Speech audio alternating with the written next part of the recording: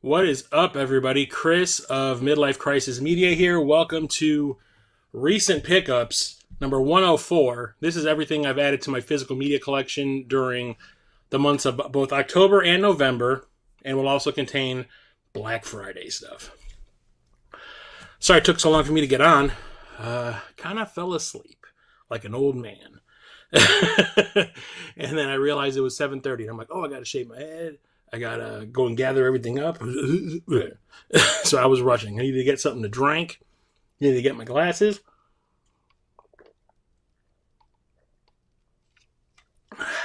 Okay, so why did I not do one of these streams in October? Well, two things.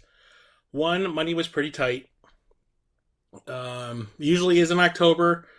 I don't know why, just things start to happen. I think it's because like a lot of my yearly subscription service things, like Paramount Plus and a couple of other things, all come like the yearly plan comes due in October. So I always end up with a little bit less money than I normally would. Two, a certain movie came out that I was obsessed with, and I went absolutely nuts trying to get memorabilia that was available for it before it became hard to find and would become extremely expensive on the secondhand market. That movie is Tron Ares. As you all know, I'm a huge Tron fan. There's that. There's that. And all this shit I got sitting over here. So, movie theaters nowadays, in order to get some more money for themselves, because the ticket sales don't go to the theater, all the concession stuff does, and this stuff counts as, a lot of this stuff counts as concession stuff. They'll usually like put out all these special edition or limited edition or theater exclusive type of popcorn buckets and other memorabilia type things to go along with the movie's release. Well, Tron Ares came out on October 10th. And in September, two things came out to prepare for everybody. So they released the first two films in the Tron series on 4K in steelbooks, exclusive steelbooks in the US that were extremely hard to get. Luckily, I managed to put my pre-orders in when the pre-orders first popped up because they sold out within minutes. And plus the soundtrack, which is being done by Nine Inch Nails, of the film came out in September and was released on vinyl, CD, cassette tape, digitally, all that kind of stuff. And I kind of went crazy getting all the different editions of that. But once the movie proper came out, I started going after all of the theater exclusive stuff that I possibly could. Some theaters we don't have here in Illinois, so I wasn't able to get some of them. One of them, I will talk about it when we get there. It's a nightmare. But lower this a little bit. Come on. There we go. Yeah, it was kind of hard to get, and I just kind of found it by chance. So we'll start off with all of the non-movie and video game related stuff. So this is all the Tron. I'm still out of breath from all the running around I did, trying to gather all this stuff up.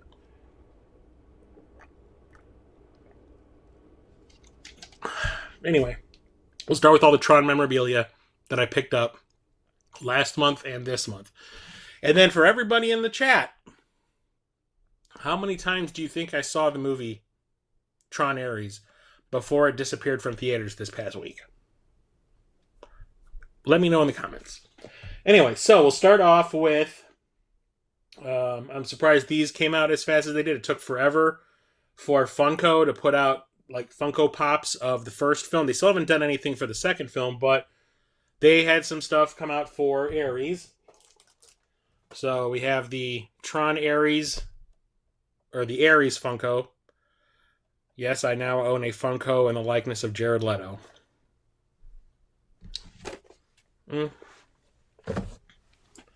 But they also released one of old-ass Kevin Flynn, Jeff Bridges, who has basically a cameo in the movie for about 3.5 minutes. But he makes a lot of that 3.5 minutes. So, happy to get this. And then they also released this big one, which is Athena, who ends up being the villain of the movie, riding on a light cycle, which is pretty awesome. So I had to get all three of these the moment they went up for sale, because me. And the thing is, Funko decided to be cute and make an exclusive one that you could only get if you're like a member of the Funko VIP club or some sort of thing that they have where you pay money every month to get exclusive access to certain Funkos. And they made one like that of Eve Kim, who is like the hero of the movie, the lead of the movie, in her grid suit. And when I ordered these, or pre-ordered these, that wasn't available yet. It wasn't even on the website. But when I went to go and check out the date that they were going to ship, is when I saw it, and it was already sold out on the website. And I was like, that would have been nice to get, because I wanted all the Tron things, and there isn't much released with that character on it. So it would have been cool to have at least that. So don't have that. Then we have all this stuff that came from the theaters when the movie came out. So ended up buying this Tron Ares. It's basically a blanket, and it has the movie poster on it when you open it up. I kind of don't want to open it because I'm never going to use it, but I wanted to have it. I've seen pictures of it, and it looks cool. It would look awesome, like draped over a couch or something. I'm not going to do that, though, because this is one of the things I'm going to keep sealed. I don't know where to put this now. I'll put this right here. Also picked up from the theater one of the Tron Ares shirts that they released. And you can see it's got a picture of Ares with his back to you with his triangular identity disc in the background. And I was surprised they actually had it in my size. And I got the last one that they had. I picked this up on Saturday. It opened on Friday. I got this on that Saturday. So thrilled to have a shirt. Missed out on all the stuff that was available at Hot Topic because I was not or I did not know that Hot Topic had the exclusive rights to do all the apparel promotions. And when I finally figured that out, I went to their website and everything was already sold out in my size, which is kind of bullshit, but whatever. Got the shirt. And then we have all this bullshit. So here are all of the popcorn buckets and other assorted theater things that are, I thought, pretty awesome. I usually don't do this. Like, I picked up this shark one for Jaws on a whim. I went and saw some movies over the summer, and while I was there, I saw that they had a bunch of the unsold popcorn buckets behind the concession counter. So I was just kind of like, oh, they still have the shark one? I was like, I wasn't planning on buying any of these, but that thing actually looks pretty cool. Maybe I should pick that up. That was the it. But when I found out that there were going to be Tron ones, I was like, oh, God, yes. And I saw each one of them, and each one got progressively cooler. So we'll start off with the one that I think is the least cool, which is your standard metal, like aluminum popcorn bucket. That just has the name on the movie, or the name of the movie on the front, and a shot of Ares on his light cycle speeding by. Nothing going on inside. Pretty basic. But opening night, I found this Tron Ares popcorn bucket. And this one is fancy because it lights up. It has a series of LEDs inside, and the inside has a translucent red layer, and there are cracks in the actual bucket to show the light through. But the cool thing is, these light cycles actually move along the lines, and you can move them into any position you really want. And I kind of had them in this position on this, where I have this displayed. Wait, you're not going to do it now? There we go. So that's pretty awesome. This is the most common thing I saw at the theaters.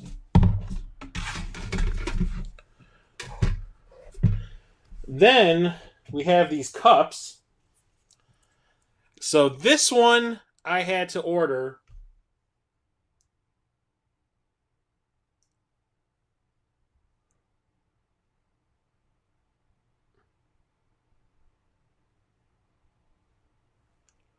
Am I forgetting something?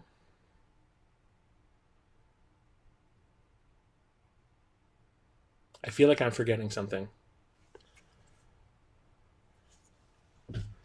Let me double check real quick. Blanket, shirt, yes. Cup, buckets, Funkos, yes. Okay.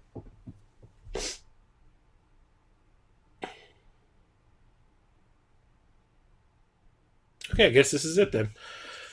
So this is like a cup. It looks kind of generic. Some circuitry looking things inside. But there is a light cycle at the bottom of this, and it does have a light switch to show it off, and has a couple of settings. Just the simple on to illuminate the fact that there is a light cycle in there, and it kind of lights up all of the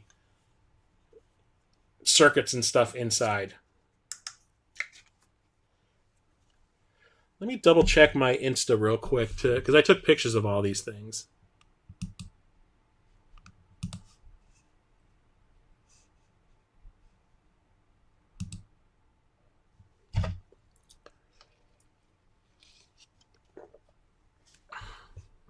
I'm going to need to go and get more drinks. Yes, I did forget one. I knew it. I will be right back, everybody. I need to go grab one more thing.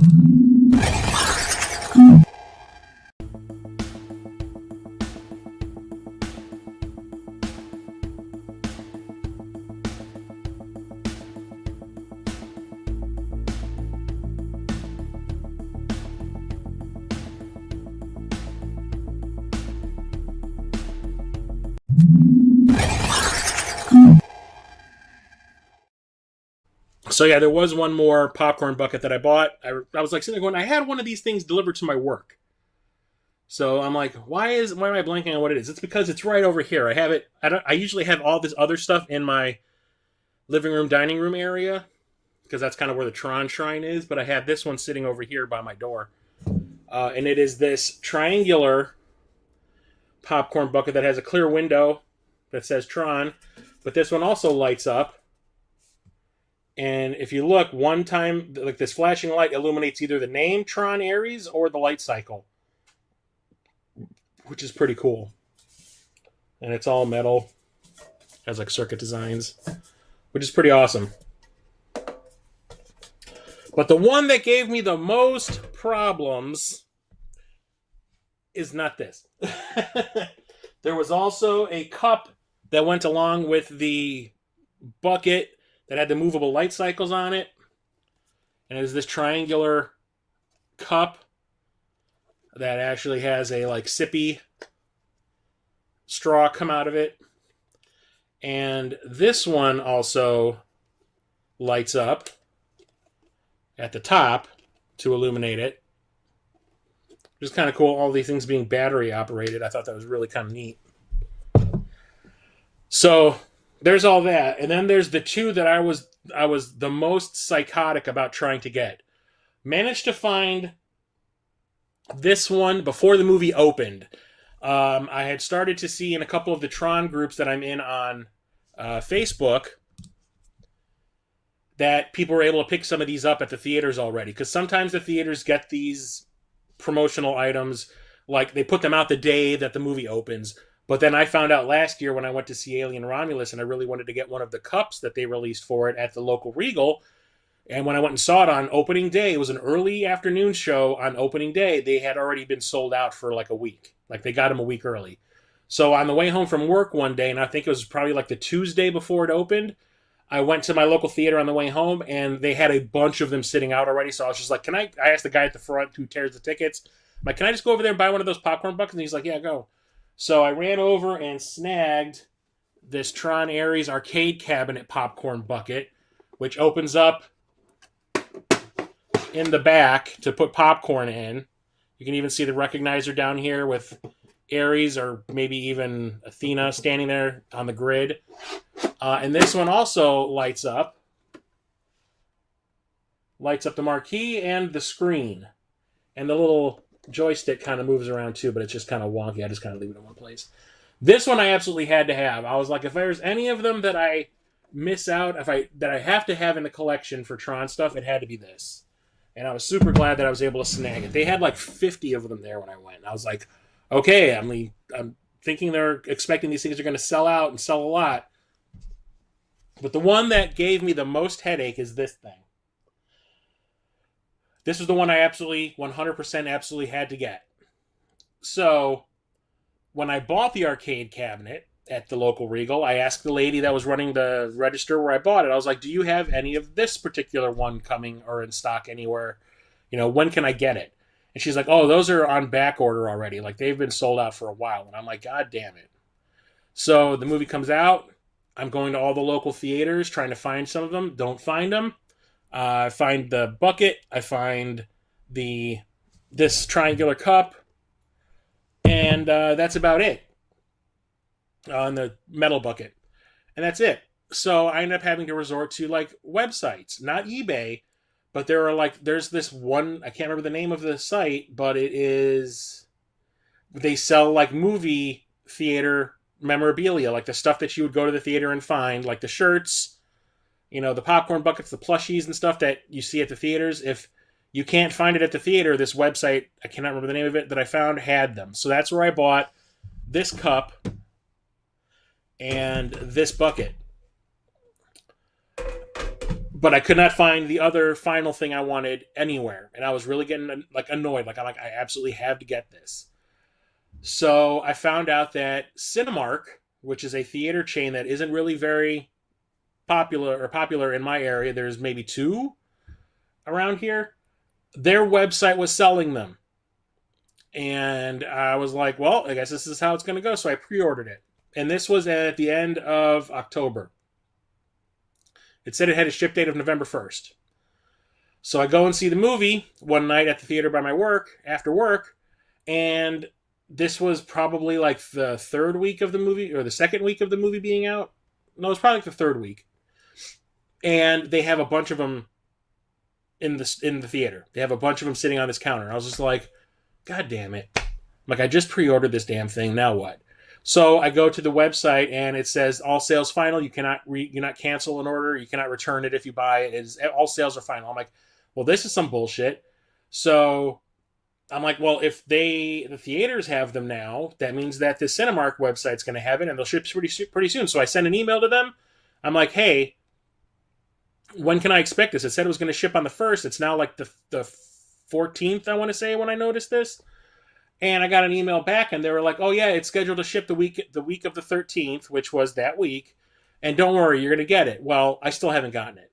And then I sent an email because I wanted to cancel it, because I ended up buying it last weekend when I went to the movie theater.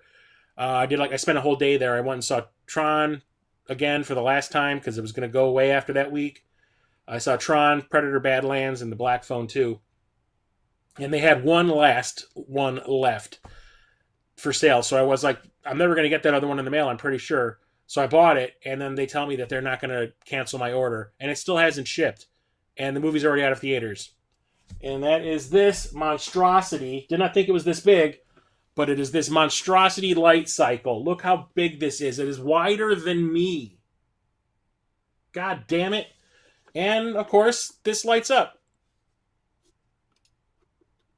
Where's the damn switch? That's what I want to know. It's a button, right?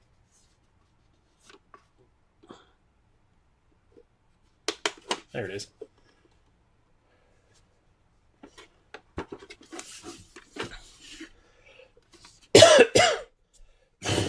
God damn, there's something stuck in my throat.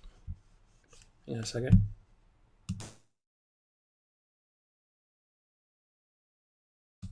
All right. And this is a popcorn bucket, mind you. So the popcorn goes in the wheels. And that's why the wheels are like hollow like that, so you can see the popcorn in there. This was super expensive, but I didn't care. I absolutely had to have it. Where's the damn button again? There you are. I absolutely had to have this in my collection. I did not care. This was the one. It was $75. It's about as expensive as that Galactus one that everyone went crazy for over the summer when Fantastic Four was released. That was like $80. But that thing is heavy, it is solid, and it is actually really well constructed. So I'm not mad that I spent that much, but yeah. There's still more coming in the mail. I've ordered some stuff from overseas that I'll probably show off in next month's pickup stream. But yeah, enough about Tron. So like I said, if you're in the chat, take a wild guess how many times you think I've seen Tron Ares in its release. It's now gone from theaters. It came out October 10th, and it's now gone. But how many times do you think I saw it when it was playing in theaters? How many times do you think I went? So now we can start on the movies. Okay, so here we go. Took advantage of some Black Friday sales on certain things, both on when it came to the movies and the games. Not as much. 5 times? What's up, Tony? Nope, I did not see it 5 times. One thing I did was I wanted to fill some gaps in my collection for movies. And one of them was I rearranged some things in my living room. So now my television shows on physical media are like facing me where I sit on my recliner. And the DVDs that I have that are TV shows are like on top of it. And there's one thing that I have sitting on top that is incomplete. I have a DVD set that I found a long time ago of seasons 1 and 2 of this one particular show. And there's still a 3rd and 4th season of the show that I have just keep on neglecting to go and buy the set. Well, I was just kind of like, you know what? I should probably just do that and see if it's on sale. The individual seasons were on sale, but this double pack that I got with season 3 and 4 in it was not. And that is Lex, the complete 3rd and 4th season. So this is a show that was on Sci-Fi Channel in, I want to say, the late 90s, early 2000s. I want to say it was more like the early 2000s. Started off as 4 made-for-television movies that were made for Showtime. That counts as season 1. And those ended up being so popular because these are so weird and bizarre that it was a German and Canadian co-production. It used like Canadian and German actors, crew, directors, and all that. And I think everything was shot in Germany. And it's bizarre. It is like trying to be like the anti-Star Trek, the anti-Stargate, the anti-Star Wars, trying to do everything backwards as to what your typical sci-fi show was. The characters were out there, the main characters. One of them was a corpse, like an undead assassin. One of them, the lead is a janitor who ends up he's like a horrible person. The next one one of them is a whore, and one of them is a severed robot head that is in love with the whore and is constantly making rhymes about her coochie. And it's like their adventures that they go on in the Dark Zone, which is like this alternate universe. It's like the backwards universe they escaped into while they're on the run in this ship that looks like a giant bug that is alive. They stole it, and now they're on the run, and they're hiding in this dark alternate universe called the Dark Zone. And it's weird and bizarre and off the wall. Sometimes it is just unwatchable. Sometimes it is amazing. But I absolutely love it because it is so weird. The 3rd season is probably the best season they had. It's really where they found their stride, and the characters all kind of like the actors found the characters really, or they like found their niche, how to play them. Because in the movies, that was all it was supposed to be, was 4 movies, and that was it. But then they got the order for the TV show, and the actress who played the hooker character quit. Like within I think the 3rd episode of the 2nd season, she quit, and they replaced her with a different actress. And she kind of like just got thrown into it, so she was kind of trying to figure out what to do for the rest of that 2nd season. But here's where she figures it out, and I think she's awesome. So the 3rd season is the best, and I think the 4th season is the worst. It's when they come to Earth, and it's dumb as fuck. It's so stupid. But then we can get to Blu-ray. So I don't buy DVDs very often. That's like the only DVD I've bought like in a year. When it comes to the Blu-rays, though, I found this in October, and I invited my buddy Jeremiah, who I do my podcast, the movie is starting with, to come over and watch it because he loves this character. I found this original cut on Blu-ray of Captain America from the 1990s. There was a low-budget Captain America movie that was supposed to be theatrical. I do believe it came out theatrically overseas. Over here, it went straight to video. And it's directed by Albert Pune. You can see it says Albert Pune's Captain America. It was directed by Albert Pune, who is like a schlockmeister who worked for Canon. He worked for Full Moon. I actually got a bunch of Albert Pune stuff in here to talk about today. Strange. Kind of weird the way that worked out. And I did rent this when I was a kid, and I did not like it. I thought it was boring, and it was just a bunch of like random action scenes that were badly shot. The acting is terrible. The guy they cast as Captain America, Matt Salinger, the last time I saw him in a movie was Revenge of the Nerds. He was one of the Alpha Betas, and one that did not get a lot of lines. I'm like, what made them pick that guy? And the guy that plays Red Skull was Christian Slater's dad in Pump Up the Volume. It was like, and he's Italian now instead of German. It doesn't make any sense. I just thought it was super bad. But this director's cut is the lengthened version. It doesn't really have a score, so this is basically the cut of the movie before it got like the final sound mix and everything. So Jeremiah and I watched this, and while it is a better movie, definitely the character development is definitely there. There is definitely a story that got cut out. It is still not great because now there is basically all story, all character development, no action. And there's no music or anything like that in it either, so it's actually kind of boring to watch. But you can see that they were trying to make something good. And Canon, actually it wasn't Canon, it was the two guys that owned Canon, Golem and Globus, had split at this point. And I think this was Globus. This is Yoram Globus's production, I think. Let me get my glasses so I can read this. Yeah, Menahem Golan produced this. Yeah, Menachem, sorry. So they had split at this point because Canon went bankrupt, and he did his normal Harvey Weinstein Scissorhands routine, and he was just like, nope, we got to make it 80 minutes long so we can have more showings and speed it up and all that, and they basically made a terrible movie out of it. Still not great, but I'm not sad that I own it. Hang on a second.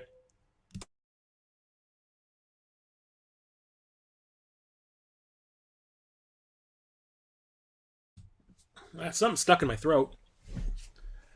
So in October, it's Halloween. Getting back to you, Tony, about how many times I saw Tron. I saw it more times than 5. God, now I got something getting in my eye. Okay. Halloween, every Halloween I get together with my buddy Jeremiah and a couple of friends that I knew from when I was working on my web series back in the late 2000s, early 2010s. And we have like a horror movie marathon. We used to go to the Music Box of Horrors, which is a 24-hour movie marathon at a local theater where they play movies on film, and it's a different lineup every year. And we used to go back before COVID, but after COVID, it like sells out instantly. Like the tickets go up for some reason in like April, and they don't really announce it. So there's like people that are like on the website constantly looking to see when the tickets go up, even though there isn't a film listing yet. They don't know what they're going to be playing. People buy the tickets, and it sells out, so we don't even bother anymore. Now we just do like a little home video horror-thon instead. So this year, everybody came to my place, and one of the things we wanted to do was go to this pop-up store that had opened up right next to the Music Box called Terror Vision. And Terror Vision is like a video store or like a Suncoast video, if you remember that, but it's all horror movies and genre stuff. And I guess it moves from state to state. They'll stay for a couple of months in one place and then move around. Well, because of the Music Box of Horrors happening in October, they came here and opened up right next door, which was awesome. And they were there in August when I went and saw Mortal Kombat and Nightmare on Elm Street 3 in the theater at the Music Box. They were open already, but I just never actually like went. I went there once to see what they had, and I just kind of like walked in, did a loop, and I was just kind of like, oh, this place is awesome, cool. But I never like bought anything. I never like stood around and like made sure to see what they had until we all went. And that was when I was like, okay, now I'm going to actually like do a deep dive and see what they got. And I found some stuff. One of them is not a horror movie, though, and that is Steel Dawn, Patrick Swayze's Mad Max ripoff that he made right after Dirty Dancing. And it was supposed to get a theatrical release, and it didn't. It went straight to video. It might have been released theatrically elsewhere in the world, but not in the U.S. And I remember renting it back in the day, and I was just kind of like, yeah, that's all right. But we watched this during the podcast that I do with Jeremiah. And was it Arcangelo Crelensia watched this with us. He's a comic book artist. And it was a lot of fun watching this with somebody who, like me, watched this when they were young and kind of thought it was okay. And now you're watching it through the lens of an adult, and it's like, I don't know about this. But it's not badly made, and Patrick Swayze's definitely trying, but it's not great. But like I said, it's a Mad Max ripoff completely. It's kind of like the Road Warrior. Now that I think about it, Patrick Swayze plays this guy who's like a desert samurai, and he comes across this town that is a bunch of people who are like they have water, they have crops, but they're being harassed by like a warlord, kind of like the Humongous in Road Warrior, who kind of wants it all for himself, and Patrick Swayze's character is like, I'm going to protect these people. Very simple. Also, in October is when Full Moon, which is that company I'm always talking about, Full Moon Entertainment, or Full Moon Features, or whatever they call themselves now, they usually do like a clearance sale on their website, and they also do one during Valentine's Day, like in February. But they did like a pre-Black Friday-ish sale on their website, and I was like, I should go and see if they've had anything new, because I've not been paying attention to what they've been releasing lately. And I didn't know if they were releasing any of the old movies that I've been trying to get back into my collection, so I used to rent the Full Moon catalog all the time back in the day. Anytime a new movie would drop at the video store, I'd be like, I'd tell my parents, go and get it, or I'd go over there and get it so I can watch it. I loved these low-budget horror, sci-fi, fantasy movies that they were making. And I've been trying to get all of them on home video, like on physical media for my collection as they get released. And every once in a while, like twice a year, Charles Band, who owns Full Moon, will be like, oh, look, I found some of the original negatives of these movies from the 90s in my vault, and we've remastered them for, HD now. Like, you own all of these things. You have them on hand. You're just, like, parsing them out, just to be dramatic. And two that I was really looking forward to getting in my collection dropped in October, and I didn't know it until I went to the website, and luckily I was able to get them for the sale price, plus I got a box set from them. So one of them, we're talking about Albert Pune. One of them that I really wanted was Arcade. This is Albert Pune's second movie with Full Moon back in the early 90s. He shot this back to back with Dollman. He would go and shoot Dollman during the day and then go and shoot this at night. The guy was a psycho. I don't get how he could do that, because all this movie basically takes place all at night. So yeah, he would shoot Dollman all during the day, and then once that would wrap for the day, he'd go and start shooting Arcade at night. And he's nuts. I don't get it. But it's about a bunch of friends who are big video game fans, and there's this local arcade which actually just looks like a wall painted to look like brick with a sign painted on it that says, I think it's Dante's Inferno is the name of the arcade, that goes down a flight of stairs to get inside. It looks like a set. It does not look like an exterior of an actual building. Even the street just looks like wood. And inside the arcade, there are barely any arcade games. There's just this one new one called Arcade, real creative there. It's like a virtual reality game, and it actually is alive, and if you play it and lose, it will suck your soul into the video game. And a bunch of people in this friends group of teens decide that they're not going to put up with that, and they have to go in and get their friends back out. And it's trying to be like Tron, which is one of the reasons why I suspect this came out in October. Tron Ares was coming out in theaters. Let's get that Arcade, which is kind of a Tron ripoff. It actually got sued by Disney at one point, because this one had nothing but CGI effects, like very early CGI effects for the special effects in the movie. And I remember seeing the trailers for this on other Full Moon movies. They would have, after the movie was over, there was this thing called Video Zone. It was like a video magazine that would show you like behind the scenes footage of the film you just watched, interviews with the stars and director and writers and all that. And then there'd be a little ad for their store where you can buy some figures and stuff. And then they would do trailers for all their upcoming films. The Arcade trailer had stuff in that looked like it was seriously right out of Tron. And I remember saying to myself, oh, they're going to get sued. Someone's getting in trouble for that. And sure enough, they did. They got a cease and desist, and then they had to delay the movie for a year in order to do all new CGI to replace the stuff they couldn't use anymore. And neither of them look very good. But the cool thing about this release is this is the first time that they've actually released all that footage that had to be cut because of the cease and desist, and it's an extra on here. And yeah, it looks exactly like Tron. What they put in there is actually technically better, but yeah, it does not look Tron-esque anymore. But the thing that really ticks me off about this is, yeah, this movie's a piece of crap, and I thought it was a piece of crap back in the day. I just thought that it could benefit from the HD upgrade. The thing is, they didn't bother restoring this to full widescreen. For some reason, this is in pan and scan. This is in 4:3. So I don't know if the CGI that was made for the movie was not made in letterbox format, in the 16:9. And that's why it's not in widescreen on the disc. Like they just open matted it to fill up the screen to match the CGI effects. I guess that might be it. I don't know, but it really ticked me off when I popped it in and it's full screen. I was like, that is some bullshit.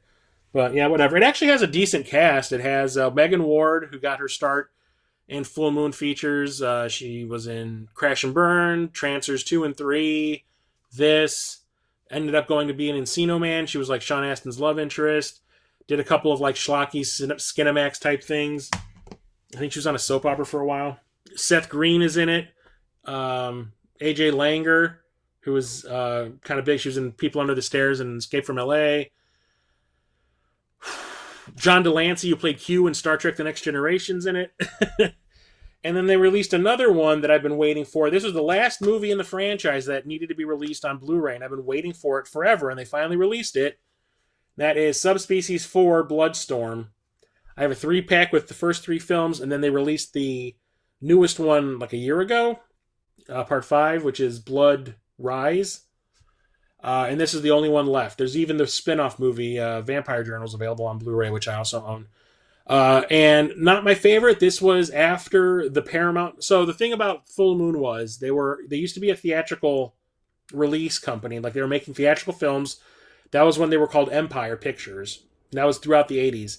And then they had a couple of really ambitious movies that they made that went over budget and then bombed at the box office, and it basically bankrupted them. But Charles Band rebounded by recreating the company as Full Moon Features in like 1990. And he made a deal with Paramount because Paramount wanted direct-to-video movies for like catalog stuff to fill out video stores' shelves. So they were getting like I want to say for every movie that they made, they got like $2 or $3 million, sometimes more. And the movies actually benefited from having a decent budget. Well, the deal fell through, I think, in 94 or 5. And everything after that was being funded by Band himself. And he is a cheapskate. I mean, he's making low-budget movies. So each movie had like a budget of, if you were lucky, $100,000, maybe $150,000. And the Subspecies movies all benefited from having that $3, $4, $5 million budget each time they made one. Not anymore. So this one was made on the cheap, and it was kind of like thrown together, and it's okay, but definitely not my favorite in the series. It looks really cheap this time around, and I'm assuming to cut corners, they use some really cheap film stock because this is also in full screen. So that's disappointing.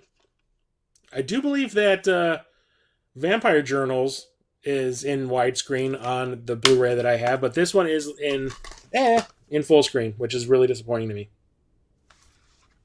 Yeah. But the big thing that I bought was this, and this was significantly discounted. I think this was like $70, and I got it for like $25.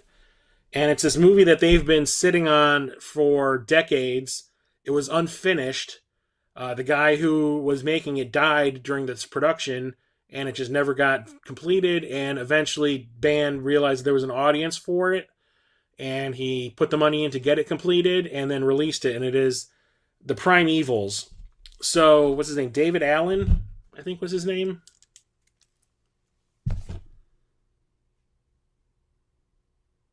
Yeah, David Allen was the a stop motion animator who did Gumby back in the day, back in like the 60s or whatever it was, 60s and 70s.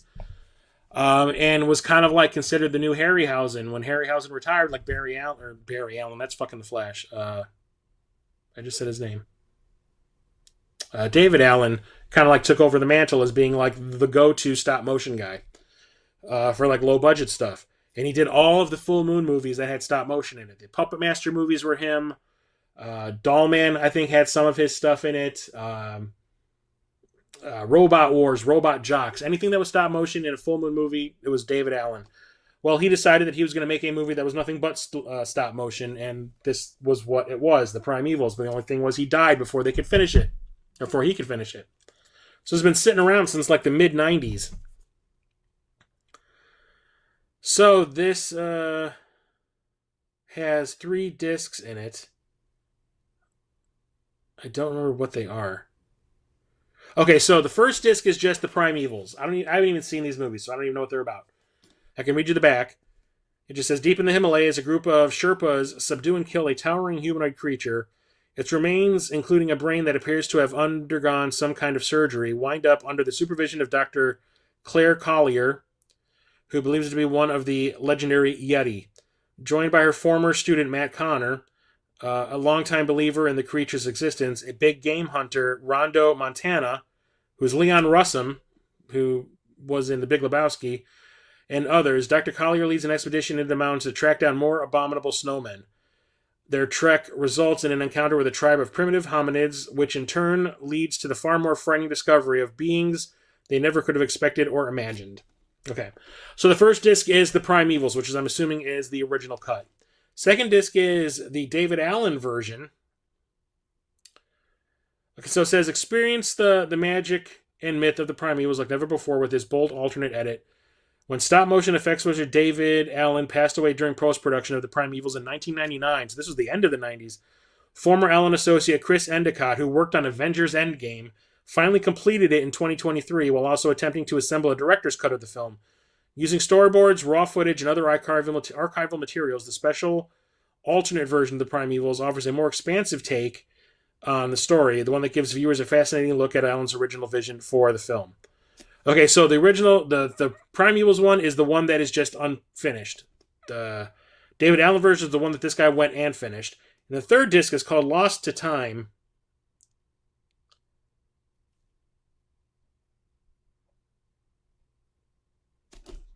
Oh, Lost to Time, Unearthing the Primevals. It's the making of. So there's that. Need to sit down and watch them. I hear it's actually pretty cool. And then when I went to that Terror Vision place with my friends during our little Halloween horror-thon here, I bought that Steel Dawn, and I also bought this. And I keep on doing this to myself. Like, I'm deathly afraid of the ocean because of sharks, but every time I see something shark-related, movie-wise, I have to get it. And then it turns out that none of these movies really have anything to do with sharks. But it is this box set called Feeding Frenzy, the Italian Sharksploitation Collection. It's a 6-disc collection that includes 3 movies, 3 Italian Sharksploitation classics, each fully uncut with bonus soundtrack CDs, and 3 combined hours of new special features. And I love how it says you're going to need a bigger box. That's what got my attention. So the 3 movies in this are The Shark Hunter, which stars Franco Nero, and from what I understand, has absolutely nothing to do with sharks. I should go to IMDb and read the taglines or like what the description of what the movie is.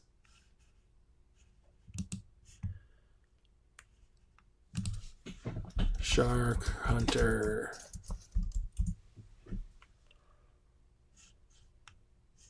Came out in 1979. A crusty recluse on a Caribbean island who is dedicated to destroying sharks gets involved in a hunt for buried treasure. Yeah, that's a shark movie, all right. Next is Night of the Sharks, which, from what I understand, doesn't really have anything to do with sharks either.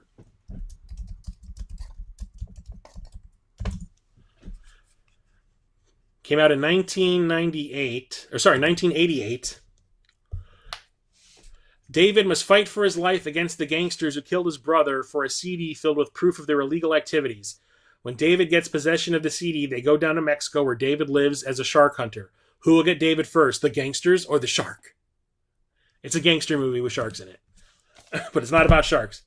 And the last one is Monster Shark, which I have heard of. This is the only one in this this 3-pack that I have heard of. And this actually is not normally called monster shark. It's called something else. Devilfish. I remember seeing devilfish at the local video store all the time, and it had it's like a sunset type of scenario where you have the sun in the background and over the water, over the ocean, and in the ocean you see like an arm sticking out of the water, and there's like this monster's face underneath it. But it's not a shark. It says a marine biologist, a dolphin trainer, a scientist, and a sheriff try to hunt down a massive shark-octopus hybrid monster that is devouring swimmers and fishermen off the South Florida coast. This is the only one that sounds like it has anything to do with what I expected, like a cheesy shark movie to be. And this one came out in 1984 and was directed by Lamberto Bava. So I think I got duped. I should have looked into this before I bought it, because this was like $70. But the way everybody that was with me described it after I bought it and I realized what these were was, hey, at least we have some fun, stupid shit to watch the next time we all get together. I was like, yeah, there's always that. And then something fell out when I was opening this box up. Hang on. Oh, because they came from Severin Films. It's a Severin Films release. It has like a shark fin Severin sticker, which is cool, I guess. So I was kind of bummed about that. I expected there to be some really cheesy, like, what was it? The Last Shark type of thing. Or Jaws 5 kind of situation, but no. One movie might be what I was expecting, and that's about it. But anyway, now we can move on to 4Ks. We'll start with the generic, like, big blockbuster stuff from the summer that I've picked up first. One of them is Fantastic Four: First Steps. I actually had like the steelbook of this pre-ordered, and then like I realized I did not like the movie enough to want to pay the extra money to get a steelbook. So I canceled my order, and I was like, I'll just get the movie when I finally feel like buying it. And when I did, it came without that slipcover that I normally get. So I was kind of like, but I don't really care because I'm not a big fan of this one. Saw it over the summer when it first came out. This is one of the few Marvel movies where I think they just, like, the 4 times that they've tried to make this.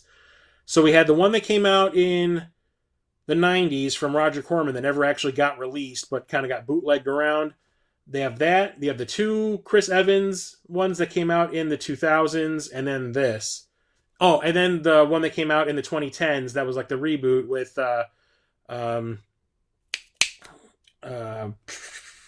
Miles Teller in it. So yeah, they've tried 4 times, and I don't think they still can have gotten it right. I still don't think they can. And this is also the first Marvel movie ever, if you ask me, where they have completely miscast it.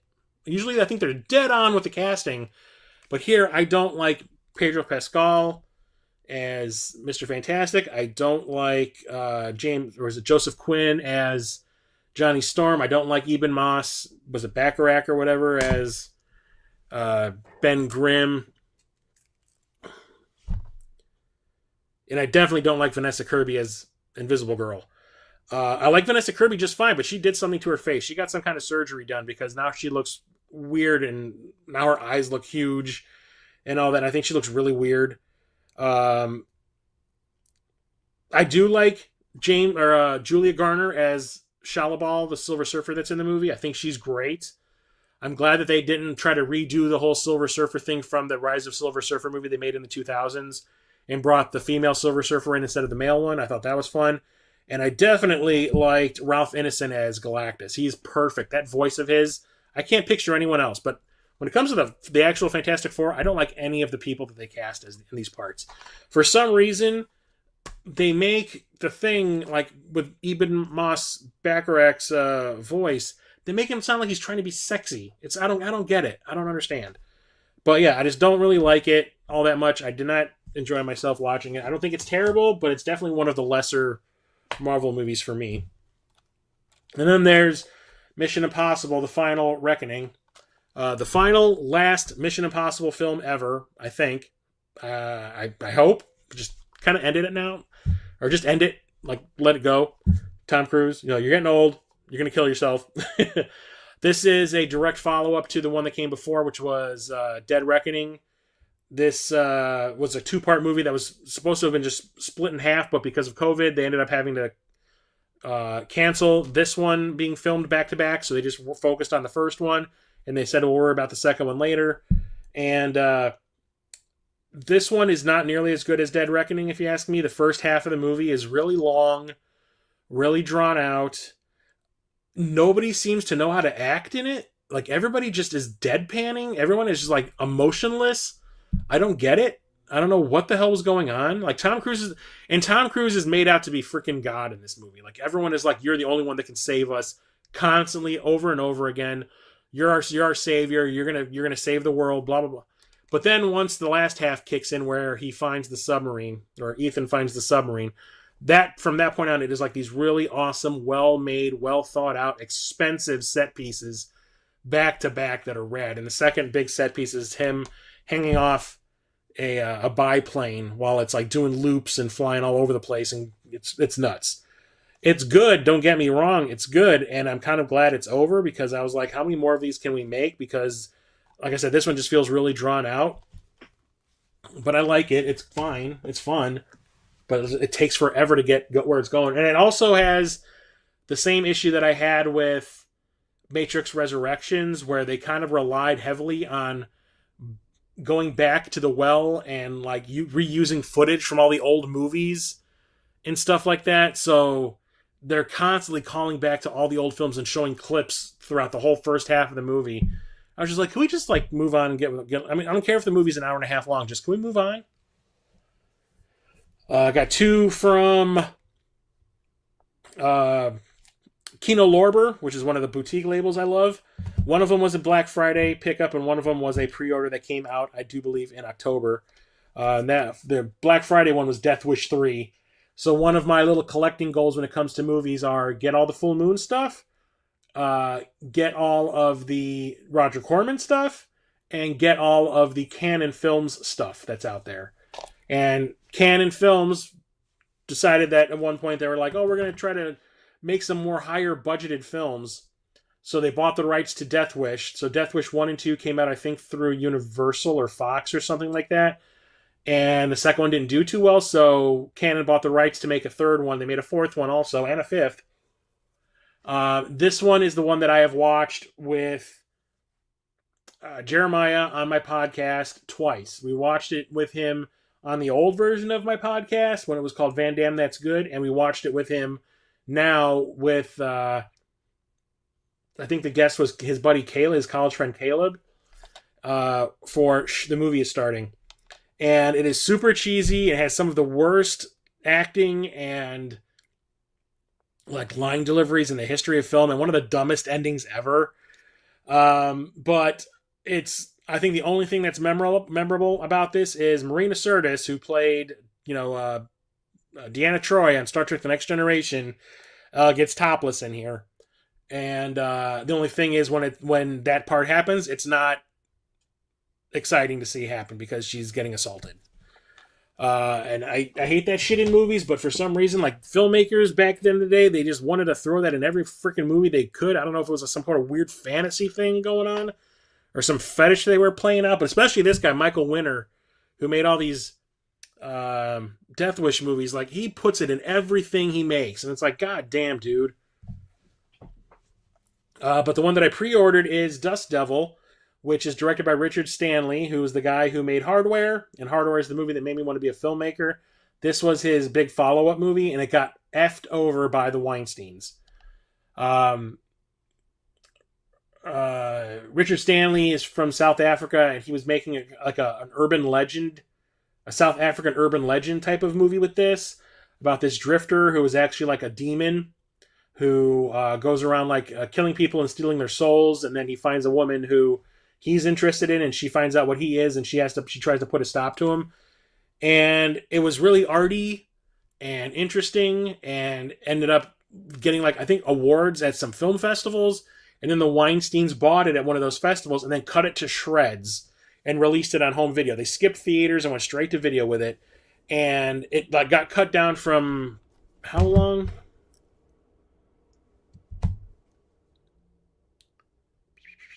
The director's cut was 108 minutes, and the Weinstein's cut 20 minutes out of it to make it 88 minutes.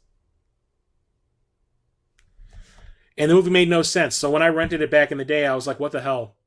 Like, I was like, this is not what I expected from this guy. Like, it made no sense. Not like, Hardware was like this awesome example of, narrative storytelling or anything like that, but I was expecting more out of this, and then I found out about the Weinsteins, like always, Harvey Scissorhands, cutting up every single movie that they get their hands on because he thinks he knows better than everybody else. Sometimes it did work. Cinema Paradiso, he trimmed down by about 20, 30 minutes, and that was a huge hit. But like when it comes to like these indie movies, he just doesn't care. He buys them cheap and, just wants a turn on investment and cuts everything out that makes any movie worthwhile. And then I had a DVD set that had the original theatrical cut, or like the cut that was released on home video, and the director's cut and a work print cut on it. And I refused to get rid of that until I got another high def version. And this is that. So it has not only the theatrical cut, but it also has that director's cut on it. And all have been restored in 4K. So I had to get my hands on this. Then we got a bunch of stuff from Arrow. 2 movies came out last month, and 2 movies came out this month that I had pre-ordered. And there's still more coming. So how's everybody doing tonight? I keep on seeing the numbers going up and down and up and down and up and down. How's everybody doing? Everyone have a good Thanksgiving? Do any Black Friday shopping? Get any games or anything like that? Talk to me. Tell me something. Also, how many times do you think I saw Tron Ares in its theatrical run? Still doing. Tony guessed 5. It was not 5. First is Red Planet. I've talked about this a couple of times in my film collection streams. I don't consider this a very good movie. I saw it in the theater opening night because it was the only thing that came out that week that me and my friends could agree on that didn't look like an absolute chunk of shit. So we went and saw it, and we were all kind of like, because this came out during one of those times where there was like dueling movies playing. Like you had Dante's Peak and Volcano in theaters at the same time. 2 movies with the same theme or main idea behind it, competing to see which one was going to make more money. You had Armageddon and you had Deep Impact. You had Snow White and the Huntsman and what was the name? Mirror Mirror at the same stuff like that. Well, this came out right around the same time as Mission to Mars, which me and those friends went and saw when that came out, and every one of us absolutely hated it. It was terrible. We were like, Brian De Palma, what the hell did you do? So we were like, well, let's hope this one is better, and this one is definitely better, but not by much. 12? No, definitely not 12. I'm not crazy. Between 5 and 12, yes. So we're trying to colonize Mars. We've seeded it with like algae that's supposed to make oxygen, but we haven't heard from the people that were sent there.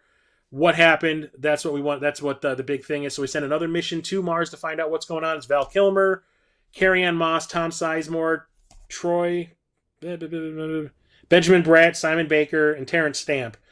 And I'm not going to ruin it if you haven't seen it, but there is something odd going on the planet. There is air, there is pressure, so they can take their helmets off, but like there's something else going on.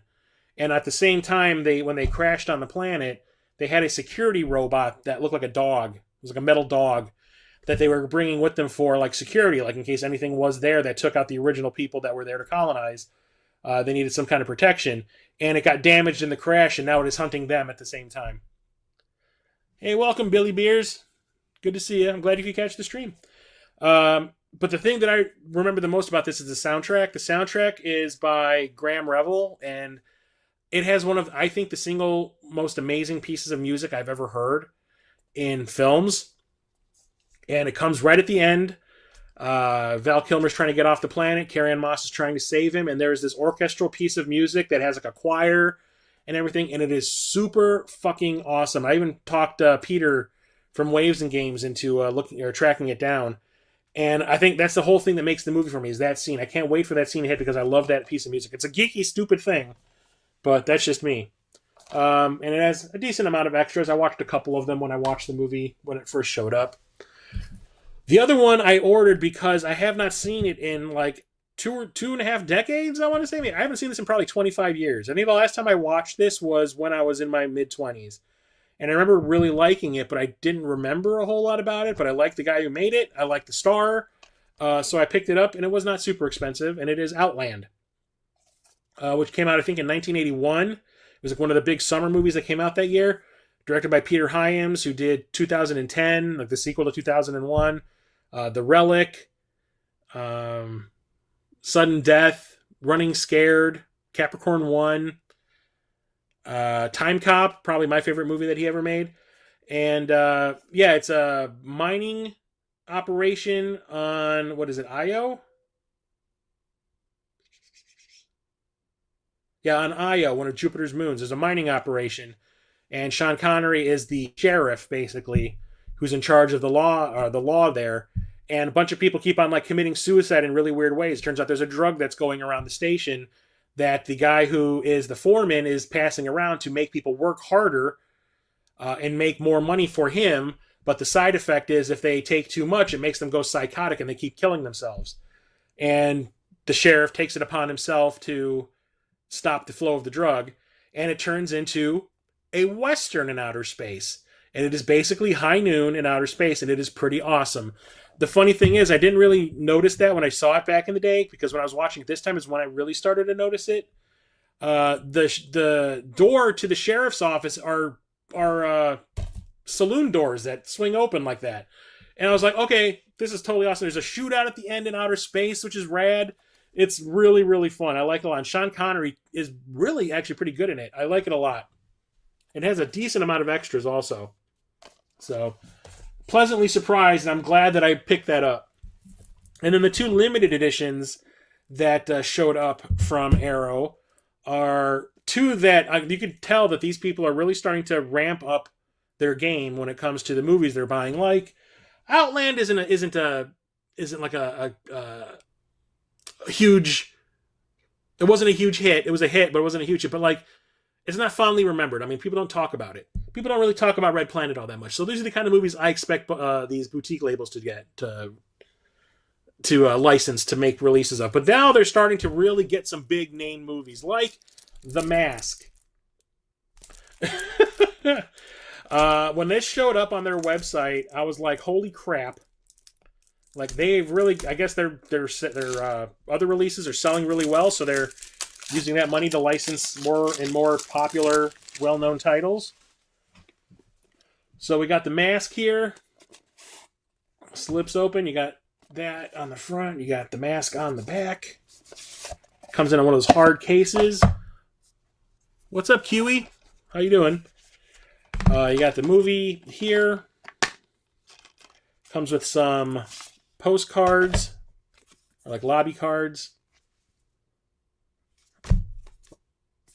Cameron Diaz, hot as Cameron Diaz has ever been on screen in a film, if you ask me. She is super freaking sexy in this movie. And because of her performance in this movie, she was cast as Sonya in the Mortal Kombat movie. And while she was in rehearsals for the fights, she broke her wrist, I think it was, and had to bow out. And we got Bridget Wilson instead. Not complaining about Bridget Wilson, but she had no time to practice the fights, so that's why her fight with Kano was so short in the movie. Also comes with a poster, which has that on one side, which is the normal theatrical one, and then this one that you would probably see at Blockbuster on the back. And it also has a book that's made to look like the Edge City Tribune, which has Masks of Dreams, Masks of Nightmares by Alexandra Heller Nichols. That's an essay about the movie, cast and crew, production notes, and the presentation and credits for the movie. So I always like these little books that they give you with these. Shows that the people that are making these editions are really big fans of the films that they're putting out, which is rad. They put that little extra effort in. So, saw this go up for sale, and I was like, absolutely, 100% have to have it. My favorite Jim Carrey movie, I'm not a big Jim Carrey fan. I like maybe 3 movies that he's been in, But when it comes to like the comedies, this is the only one I like because I usually find his shtick kind of annoying. But this has a ton of extras. This whole column here is extras, which is nuts. Dolby Vision 4K restoration from the original camera negative, approved by the director Chuck Russell. Still can't believe the guy who directed this directed A Nightmare on Elm Street 3. Based on a comic book that it's super violent. That when Stanley Ipkiss puts that mask on, he becomes like a super powered gangster, and he goes around like just murdering people. But they had to tone it down because Jim Carrey. They wanted to make it kind of like a kid-friendly, family-friendly movie. So, but I'm not sad about it. I mean, they made it work, and it had cutting-edge CGI for the time, which is one of the other reasons why everyone remembers it. Like at the time, that stuff was mind-blowing. But anything CGI at that point in time was mind-blowing. Let's see, we got some people. Love the movie as a kid, although it's not the only comedy visit. Like I think Dumb and Dumber still holds up really well. I watched Dumb and Dumber with Gaming Off the Grid for the podcast that I do. So the podcast I do is called Shh, the Movie is Starting. It has its own channel here on YouTube. We basically, me and my friend Jeremiah, we get a guest to come on. We ask them to pick a movie that they want to talk about, they want to watch with us, and we basically record a commentary track for the movie while we watch it. And Gaming Off the Grid watched Dumb and Dumber with us.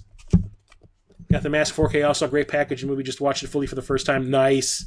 Pretty crazy. Chuck Russell directed the Blob remake also. I love the Blob remake so much. Cable Guy's solid.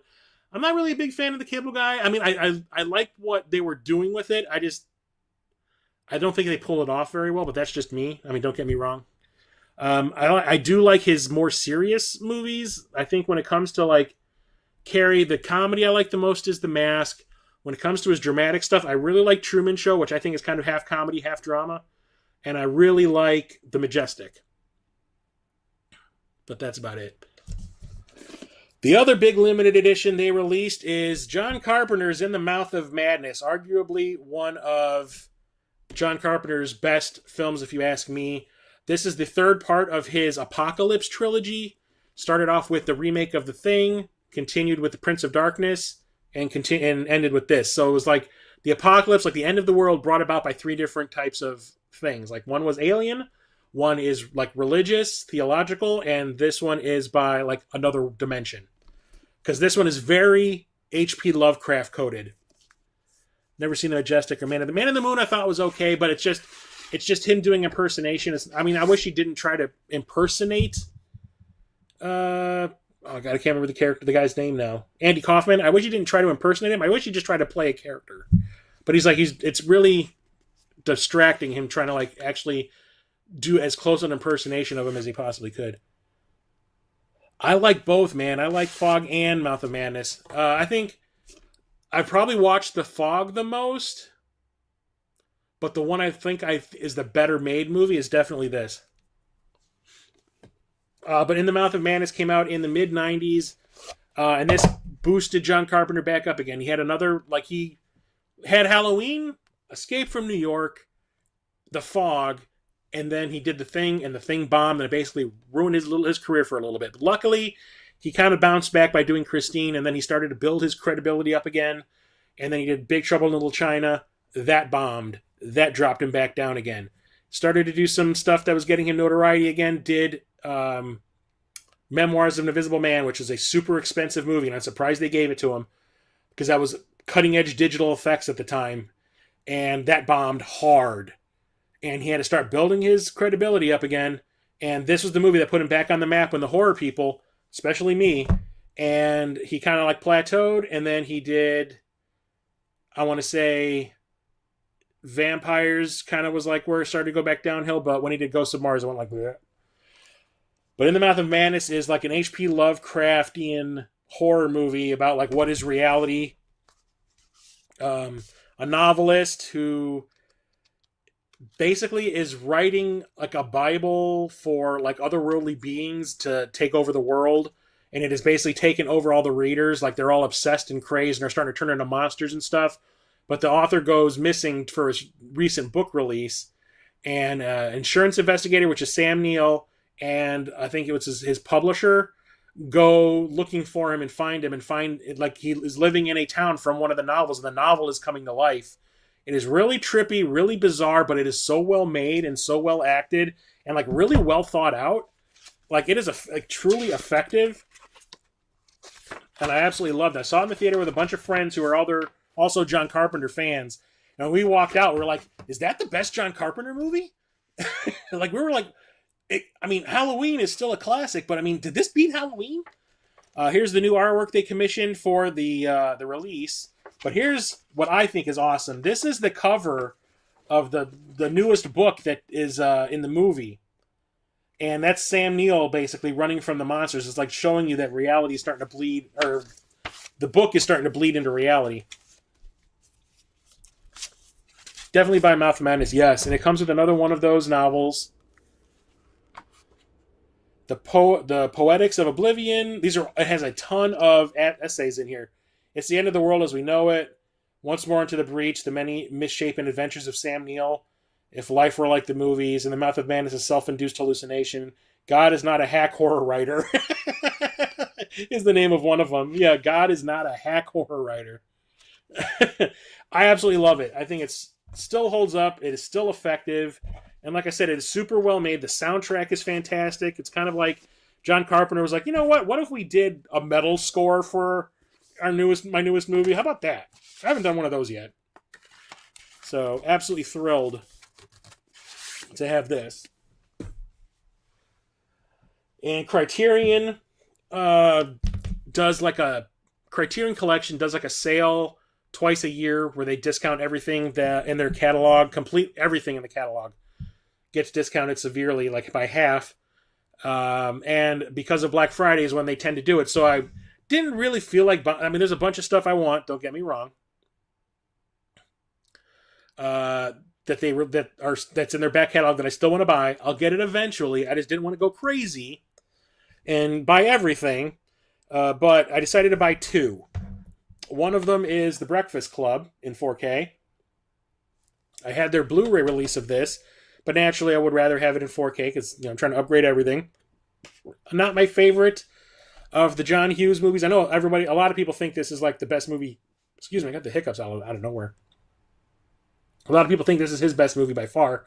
Mine is probably still Ferris Bueller's Day Off because there isn't really any questionable stuff in that one. There is some like really questionable stuff in 16 Candles when it comes to the Long Duck Dong character. This actually has what I think is I don't understand why people think that by abusing women you get them to like you. Because, the movie's about a bunch of like people from different cliques in school being stuck together in detention on a Saturday together. And they kind of like overcome the fact that they normally wouldn't get along when they're walking the halls of the high school, but because they're all here together in this one point, they all start to learn about each other and sort of become friends. But like for some reason, we got Molly Ringwald here playing like the rich princess girl, and then you have Judd Nelson here playing like the burnout asshole, like gang member-y type guy. And he treats her like absolute dog shit the whole movie. He calls her names, like just flat out is like verbally abusing her the whole movie. And then at the end of the movie, she like falls in love with him. I'm like, I don't understand why people think that's something it's how you get a woman is by treating them like absolute dog shit. I don't get it. But whatever. Outside of that, it's a pretty decent movie. The other one is something I've never seen before, but I see this listed like on Letterboxd, and it's always in like the top 10 movies of a lot of people that I know's lists. And I've always wanted to know why it is, and I finally decided to just pick it up and find out for myself because I could not find it streaming anywhere. I do not have the Criterion Collection streaming service. So I just decided to pick it up. This was like $20, not even $20. I think it was like $17. So I decided to just buy it to find out myself, and that is called Paris, Texas. This came out in 1984. It's actually pretty long. But it says, New German cinema pioneer Wim Wenders brings his keen eye for landscape to the American Southwest in Paris, Texas, a profoundly moving character study written by Pulitzer Prize-winning playwright Sam Shepard. Paris, Texas follows the mysterious, nearly mute drifter Travis, which is played by, and it says here, a magnificent Harry Dean Stanton, who was in Alien, whose face is a landscape all its own, as he tries to reconnect with his young son living with his brother, Dean Stockwell, in Los Angeles and his missing wife, Natasha Kinski. From this simple setup, Wenders and Shepard produce a powerful statement on codes of masculinity and the myth of the American family, as well as an exquisite visual exploration of a vast, crumbling world of canyons and neon. So I was just, like I said, really curious about it, so I decided to pick it up, and I'll probably watch it when I'm on vacation at the end of December. So this I bought out of curiosity, and if it sucks, I can always sell it. Mulholland Drive, about to order it, and a Simple Plan. I do have a Simple Plan on 4K from Criterion. I also do have Dazed and Confused and Trainspotting. They all look great. Mulholland Drive was one that I was actually considering buying when I bought these, but I was just kind of like, that one's going to be available forever. I can always get it during the next sale. So I passed on it, but I'm eventually going to get it. I wanted to get that. I wanted to get the Sanjuro and Yojimbo Akira Kurosawa set. I wanted to get Citizen Kane. I would have had a third one to talk about, but it's not going to show up until like December 2nd. So I'll be talking about that in next month's stream, because I did buy 3. There's like 4 or 5 more that I want to buy. I have Blue Velvet. I have a whole section of Criterions like set aside in my collection. So now we can talk about my steelbooks, because I'm a steelbook slut. My collection is constantly growing, and I am running out of space because I keep on buying all these goddamn steelbooks. Basically, these all replaced Blu-rays that I had in my collection. One is Aeon Flux. Not my favorite movie. I think visually it's pretty cool. It's kind of neat to see the animated show that was on MTV back in the 90s, like, realized in live action. Is it a great movie? Absolutely not. The story makes no sense. But visually, like I said, it looks cool. Conceptual, world-building-wise, it's fine.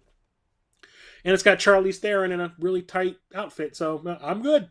Saw it in the theater opening day, and I was just kind of like, but whatever. Basically, we need it all. Yep. No problem, Kiwi. Or is it Kiwi or Kiwi? Next is Edward Scissorhands, one of my favorite Tim Burton films. Not a big fan of Johnny Depp. I was never a big fan of Johnny Depp back in the day. I never watched 21 Jump Street. So, like, the only thing I'd seen Johnny Depp in, basically, was Nightmare on Elm Street. And I kept on hearing, like, all the girls in school going, like, Johnny Depp, Johnny Depp. And I was just like, what? The guy that got turned into pudding in Nightmare on Elm Street? I was like, what? I'm like, I don't get it. But apparently he was a heartthrob, and I just didn't see why he kept on getting, like, these big movie roles like this.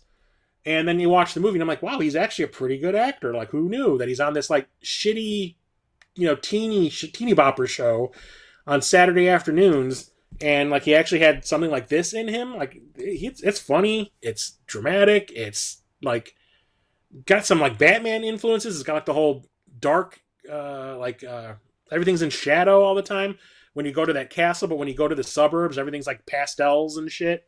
It's really kind of cool the way it's made. And, I had kind of had a crush on Winona Ryder back in the day, so her in the blonde wig kind of did it for me. But then one of my favorite movie that I got on 4K for Steelbook is definitely The Quick and the Dead. Sam fucking Raimi decided to make a Western out of nowhere in the 90s. And, like, me and my brother were huge fans of his because of the Evil Dead movies and because of Darkman, so we were really excited to see what he could do in a Western setting with his weird visual sensibilities, and sure enough, it's like watching an Evil Dead movie in the Wild West with guns instead of demons. And it has a great cast. It's Sharon Stone, Russell Crowe, first time I think I ever saw Russell Crowe in anything, Gene Hackman, and a really young Leonardo DiCaprio. Lance Henriksen is also in it. It's pretty fantastic. It's really fun. Sharon Stone's not the greatest in it. You can tell she's kind of trying to act a little too macho. But it's fun. It's really, really fun. And the visual style is off the chain. 30th anniversary edition. I might watch that tonight after the stream's over. I haven't watched it in a long time. And then the last 4K I have to talk about before I get into the video games is this monstrosity. So, about twice a year, I get what I call a rogue paycheck, where it's like I've got everything paid off that I normally do month to month, the rent, all my bills, and everything. And then another paycheck shows up before everything else is due again after everything's been paid off, so I can just use it to spend on things, And it happens, like I said, twice a year. Usually it happens during the summer, which is why I was able to go to Mo Game Con for the last 3 years. I wasn't able to go this year because it didn't happen when it normally does. But the previous 3 years I went because I had that rogue paycheck. So this month the rogue paycheck hit, and I was like, I'm going to save most of it to go hunting and game hunting in Wisconsin with my buddy Rocket Sauce. But there's some things that I've been sitting on that are pretty expensive that I want to get now that I have the money to do so. And this was one of them. This was $100. And the only way you can get this is by going to A24, the film production company's website, and buying it straight from them. And if you have an account with them, which is like a paid account, I think you pay, $10 a month or something like that, you get a discount on this, but I'm not doing that. So I decided I had to just, suck it up and buy it. And that is this X trilogy starring Mia Goth. So this is the 3 X movies. You got X, Pearl, and Maxine all in one. This thing is massive. It's the length of my frickin' head. Because I love all these movies. I think all these movies are fantastic. So you take it comes with its own slip cover, which is awesome. It has all the information you need on it. And I just realized it's cracked. That's awesome. Has this really hard outer case. Comes with a book, 3 films by Ty West. It has stuff about each of the films in the trilogy. Some of the fake movies that there were in Maxine. That's the one, I think that's the one that they end up making at the end of the movie, the Puritan 2. And all that. That's awesome. But, I came here for the films. Oh, shit. Hang on. And it comes in this weird digipack thing.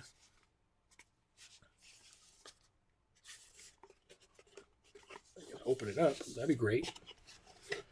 For all the movies. So, X it takes place in the 70s. It's about a bunch of 20-somethings going off to make a porno at this ranch out in the middle of nowhere. Turns out the ranch that they're renting to make said porno is run by this old lady named Pearl and her husband. She is psychotic and she is sex starved, and she sees the porno being made and it makes her super horny. And when she gets horny, she likes to pick up sharp objects and stab people with it. So she starts killing all the people that are making the porno because they're making her horny. And Mia Goth plays not only the lead character Maxine, who's the girl in the porno, but also Pearl. She's covered in old age makeup to play that character as well. And it is pretty cool. It's pretty good. I just have one big problem with the movie, and that has to do with what's the girl that plays Wednesday in the Wednesday show on Netflix? Shit. Jenna Ortega. She's the cinematographer for the porno, and she keeps acting all disgusted that they're making a porno. She's just this is gross. But then she watches somebody screwing for the porno, and out of nowhere she goes, I want to be in the movie. That's fuck kind of shit. I was like, that's stupid. Don't what?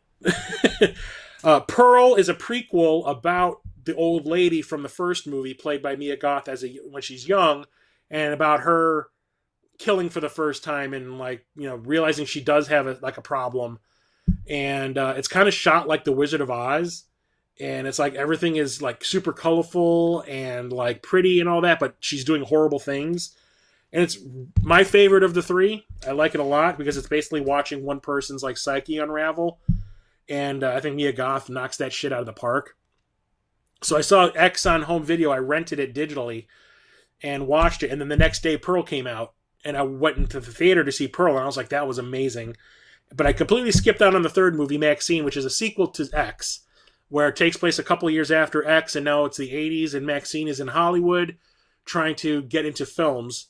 And there's a killer out there who is targeting the people she knows. And it's the thing about these movies is I like how each one, while being a horror movie, is a different type of horror movie. The first one is a straight-up slasher film. It's kind of like Texas Chainsaw Massacre almost. The second movie, Pearl, is a psychological thriller because you're basically watching somebody's mind unraveling. And then the third film is a whodunit, because it turns out when Maxine realizes that her friends are being targeted, she goes to find out who it is that's behind the whole thing. And I think it's really kind of cool that each one was trying to do something different instead of just being a copy of itself over and over again. So had to get that. And it's kind of cool. Like A24 sent me like this postcard to get me to join their club.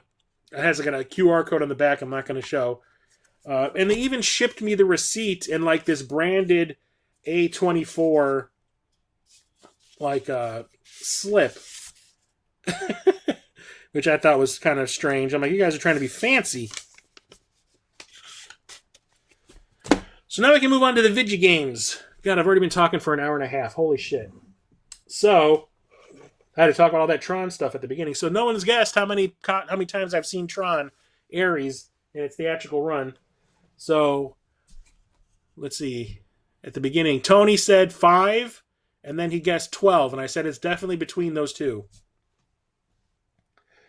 So, we'll go with the stuff that showed up in the mail and Black Friday stuff that I have bought. Excuse me. I think this stuff is it. The rest is... Okay. So I'm going to separate all the Black Friday and stuff that showed up, like pre-orders and all that. I'm going to separate that from what I got on Black Friday when I went to Wisconsin on Friday to hang out with my buddy Rocket Sauce from the Cartridge Club. And we went all over Wisconsin going to game stores looking for deals and good shit. And I found some good stuff. So we'll start off with the stuff I got from Limited Run Games. I've really started to back out from Limited Run.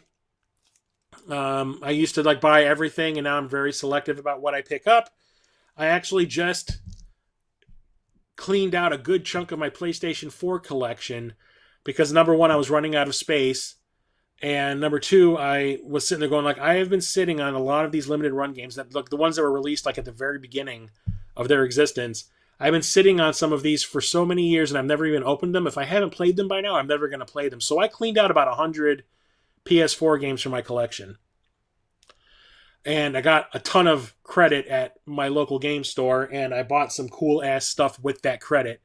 So I basically traded in all this stuff and I got some like very big heavy hitters.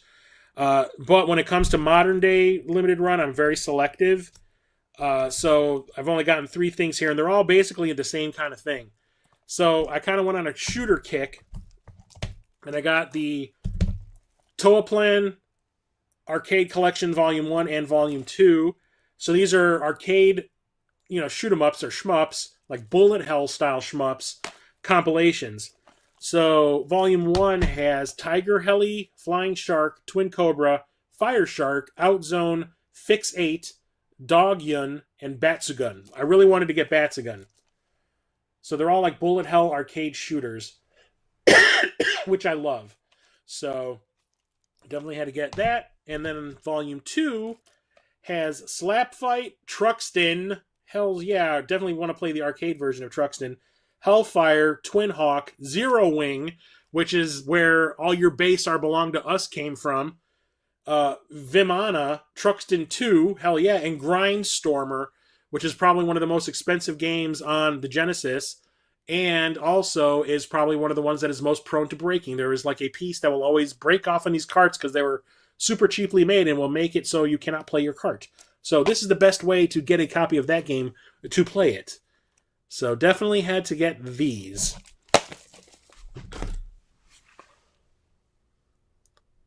$40 Virgin, I still need to get that. That's a lot of limited run. Dude, it wasn't all limited run. It was like just stuff that I bought dirt cheap at times, at GameStop and half price books and shit. And I was just like, I went through my whole PS4 collection and I was just kind of like, there is so much stuff in here I will probably never get around to playing. So I just ended up getting rid of it. And those canvas bags or grocery bags that you can use when you go grocery shopping? I had 2 of those completely filled. There's a lot of Play Asia stuff in there too. The other one from Limited Run that I got is called Mamarukun Recurse, which is, I do believe, another cave shooter. Yep, it's another bullet hell style shmup, arcade style, and I think it does have, like, the remastered version actually goes widescreen. But, when it comes to these shmups, I love them, so I had to get it. Will you buff yourself to take your firepower to new heights, or will you empower your enemies for higher scores? Use the duality of the curse bullets to save the netherworld from darkness. Use curse bullets to adjust the game's difficulty on the fly. Story mode, arcade mode, or challenge courses. The choice is yours.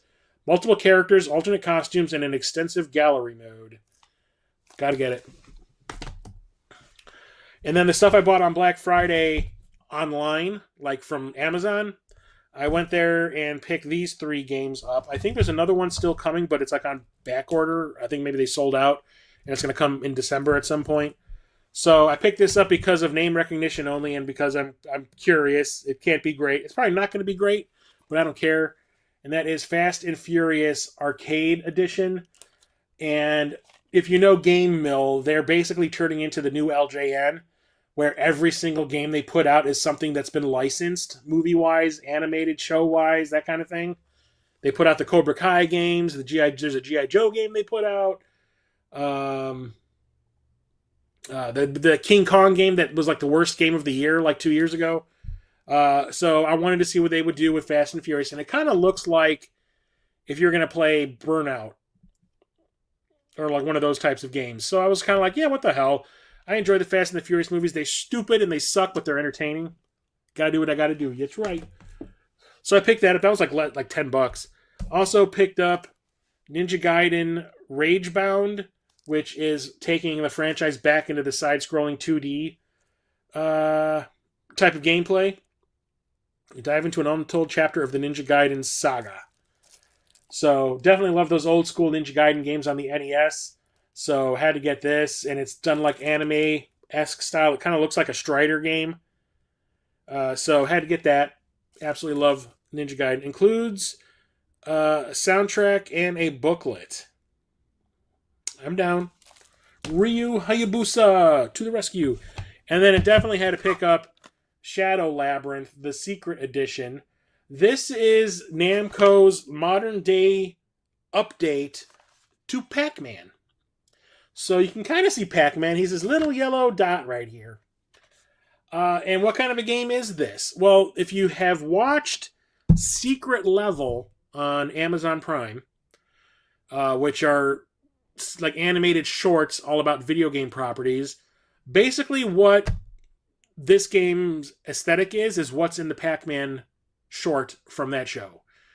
Where it's like a drifter guy and he befriends this little yellow ball and it's like the Pac-Man thing and it's kind of like a bit from Tron. So what do they turn it into? They turn it into a Metroidvania.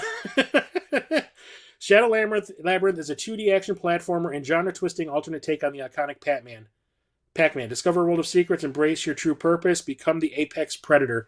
Because eventually your little guy is going to turn into, you can see like he's in the shadow here. Like the big, it's coming down from the top of the image.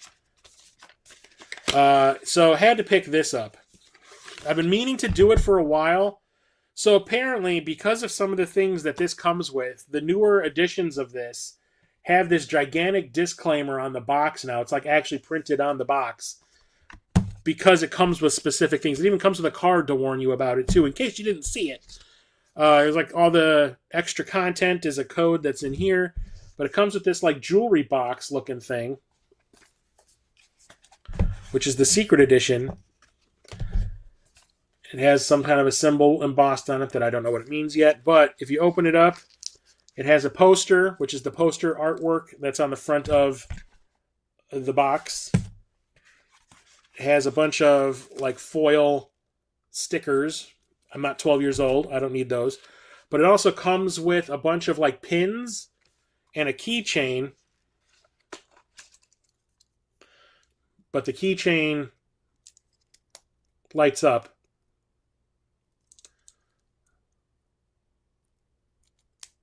So there's that. So each of the pins, you've got like the metal. Hang on a second. Let me put this back in here. Oh, I got it backwards. That's why.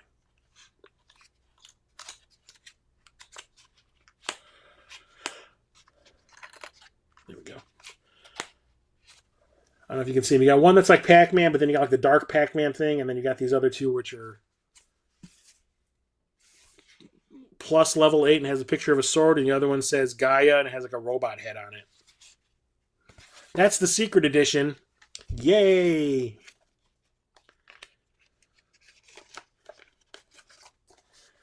So, put all this stuff back in here. I've yet to play it. I opened it up to see what was inside. And take the game itself out. So I can put that on my shelf, and I got this box put elsewhere.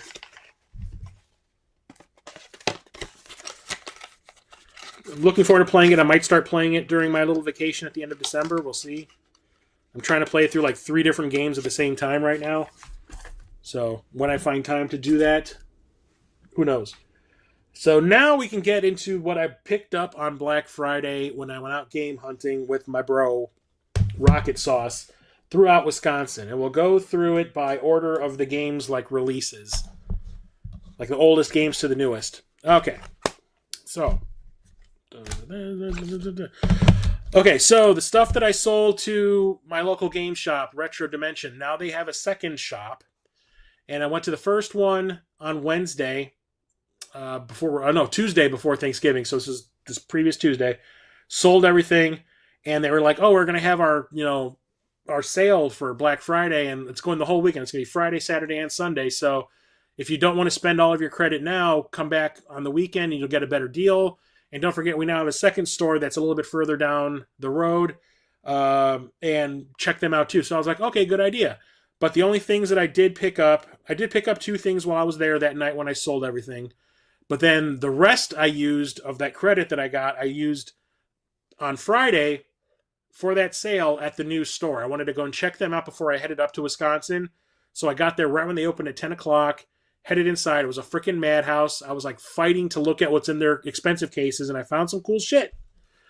One of which is Radical Reggie kind of went crazy over this when he saw the picture that I posted on my Instagram. And it's this I can't talk, I'm stuttering. Resident Evil on the Nintendo, the NES. So when I brought it up to the counter to check out, the guy that owns the whole store, he owns both stores, he was the owner, he was actually the one running the register. He's like, "You do know this is a homebrew?" I'm like, "Yeah, I know what it is." Because I looked at the back, and on the back, turns out this is a port of I almost said Ninja Gaiden, Resident Evil Gaiden that's on the Game Boy Color. And this is what sold it. It's how you attack the zombies. There's that little bar in the middle of the screen with that little target area, and there's a little cursor that moves back and forth. You got to time your button press while the cursor is within the target area to actually attack. And I was like, "Oh, okay, that's cool. I don't have to spend $1,000 to get a copy of I keep on wanting to call it Ninja Gaiden, Resident Evil Gaiden, for the Game Boy Color. So this is the next best thing. Absolutely thrilled to get this. This came out in 2003. I guess that was for the Game Boy Color game. I don't know. So we'll see. That I picked up on Friday. I also picked this up while I was there, and this was one of my holy grails. That I got so excited when I saw this in their case, because the stuff they have at the store that I normally go to by my work, they have good stuff, but everything is normally really overpriced. It's like they don't look at price charting, they look at eBay. So, like, normally I don't tend to buy a lot of expensive stuff there unless I have credit. But because of the sale and the scarcity of this, I was like, I'm just going to buy it because I have the money to do it because I had all that credit. So, one of my Game Boy goals has been to get all the Game Boy games that I had as a kid back into my collection. And with this, I have one more left to go. And the one I picked up is Kid Icarus of Myths and Monsters. This is the sequel to the NES Kid Icarus, and I had this as a kid on the Game Boy, and I absolutely loved it. This is also one of the most expensive games available on the Game Boy. And I'm glad that I had that credit to cover the cost, because I normally would not just want to fork up the amount of money that I paid for this. But it is absolutely complete. Cartridge, case, and manual. And even the little brochure that tells you, like, to get Nintendo power is in there. Super frickin' stoked to have this. And it plays just like the old NES one. It's just a little bit hard to see what's going on because now the camera, or what you're seeing, the play field is a little bit more zoomed in than it was on the NES. So characters are all a little bit bigger. It's harder to see when things are coming after you. But I absolutely love it. And this is more of a platformer, like horizontally scrolling platform instead of like a vertically scrolling one than the first game. Okay, picked this one up when I was in Wisconsin with Rocket Sauce on Friday after I went to that Retro Dimension store. And we went to, what was it called? Game Exchange, I think it's called, which is a store that's always has a presence at the Midwest Gaming Classic. And I always end up getting stuff from them because they usually have 2 prices on everything at the convention. The tag that has the price has a credit price if you're paying with credit, and if you're paying with cash, it's a little bit less.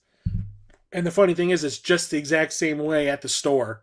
They want you to pay with with cash. I got the hiccups again. Only problem with that store was, and don't get me wrong, they have a lot of cool stuff there, but it's kind of like my other local retro store, Video Games Then and Now, where they have so much stuff behind the counter that they are too lazy to put out on the shelves to make money. So when I went in September with Captain Algebra and Midwest Media Show and Man Boy Cave all around Chicago to go game hunting, I told them when they get to this store, you're going to see a lot of cool stuff behind the counter, and it's not going to be available for sale because these people are too lazy to put anything out. And sure enough, the shelves are kind of bare. Only some expensive stuff had been put into their expensive game, like glass cases, but everything is just behind the counter. And there were 2 kids working the store that were just sitting behind the counter fucking around on their phones instead of actually doing some work. And I'm sitting there going, like, all this stuff could be on the shelves making you money, and you're just sitting here playing Pokemon Go. I'm like, the hell? Well, Game Exchange is kind of the same way. They have stuff all over the store, especially behind the counter, and there's like an entire rack of, like, I want to say probably like 400 loose NES games that they haven't even priced yet that are just sitting behind the counter. And the guy was just kind of like, I'll do it eventually. Because my buddy Ryan's looking for NES games, and he asked him about some of them, and none of them had been priced yet, and they weren't available for sale, which is stupid. I saw stacks and stacks of Game Boy games in their Game Boy case, but they're all like stacked on top of each other, like this. And we're just stuffed into the back. And I asked the guy, I'm like, are any of those for sale? He's like, no, I haven't priced any of those yet. Most of them are just empty boxes. I'm like, then why are they here? Get them behind the counter so we can't see that you have them. I'm like, I don't understand why stores do this. You want to make money? Put the stuff available for sale. One of the things I did find is Spawn on the Super Nintendo. I almost bought this in 2018 at the Midwest Gaming Classic. There was a table, I've talked about it before. It was the Atari Age table. And one of the members of the forum, who was, I guess, a big part of the forum, had died, had this massive collection. And his buddies from the forum got their hands on this guy's collection and brought it to the Midwest Gaming Classic to sell. And all the money that they were going to make was going to go to this dude that died, his family, because his daughter needs to go to college, and this was going to pay for her college. And when I found that out, I was just kind of like, okay, I will buy as much as I possibly can that I like, and I found a ton. But the thing was, I also didn't want to go and like max out my goddamn credit card, so I had to put some stuff back, and one of them was Spawn. So how many years later, or however many years later, and I finally get it in my collection. It is a beat 'em up from Acclaim, and normally their stuff is kind of, but I also do like Maximum Carnage, which they also put together. And yeah, like I said, it is a beat 'em up that features Spawn and other characters from the comic books. And I rented this back in the day when the Super Nintendo was the console, and I really enjoyed it. So I didn't have too many complaints, even though I remember getting terrible reviews. I'm like, what did you expect? It's a beat 'em up. I'm like, beat 'em ups aren't deep. Excuse me. So I have no problem with it, but I finally have that in my collection. One of the games that I picked up the night that I sold everything. Where's the other one? Oh, it's right here. Is this. And this is a game that I wanted to buy in September when I went to Retro Dimensions with all my YouTube buddies, like I was talking about. But I was like, oh, we have 2 more stores to go after this one. I don't want to blow all my money now on this one specific game, so I'll hold off. So now that I had all this credit, I was like, I'll just get that now because I'm not coming back to this specific store on Friday, Saturday, or Sunday. I'll just get it while I'm here. Who cares if I don't get my 10% off of it or not? And that is Super Star Soldier for the TurboGrafx 16. This is was one of the more expensive games available for the TurboGrafx 16. It's a vertically scrolling shmup. I think this is also part of the Super... It's on the Super Nintendo. Super Mega Space Force or something like that. Super Space Force or something. It's part of that series. And I've been wanting to get this forever because I love shmups now. And they've had it for a while, but nobody's buying because of the price. But with that credit that I had, I decided to pick it up. Let's see, where do we go from there? We'll do these. I picked these up. 2 of these I got at Freak Toys, and another I got at that video game exchange place that I was just complaining about. The games I got at Freak Toys were Street Fighter Plus Alpha, or Street Fighter EX Plus Alpha. I mean, look at that spine. EX Plus Alpha. What the hell? These are the Polygon Street Fighter games that were kind of like trying to emulate Virtual Fighter and Tekken, but used the Street Fighter gameplay.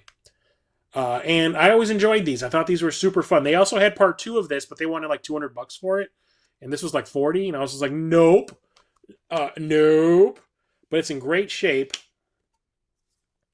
Everything in it looks pristine. And they had a second copy of this, which looked like somebody stuck it up their butt. So I was like, can I see the other one real quick and that they had in the case? And they brought this one. I was like, I'll take this one. So yeah, I had to get this. Free 20-minute prepaid phone card inside. You think it still works? It says it right there. And the other game I picked up there was another fighting game, and that is Battle Arena Toshinden 3. This makes it so I have every Battle Arena Toshinden game ever made. Hooray.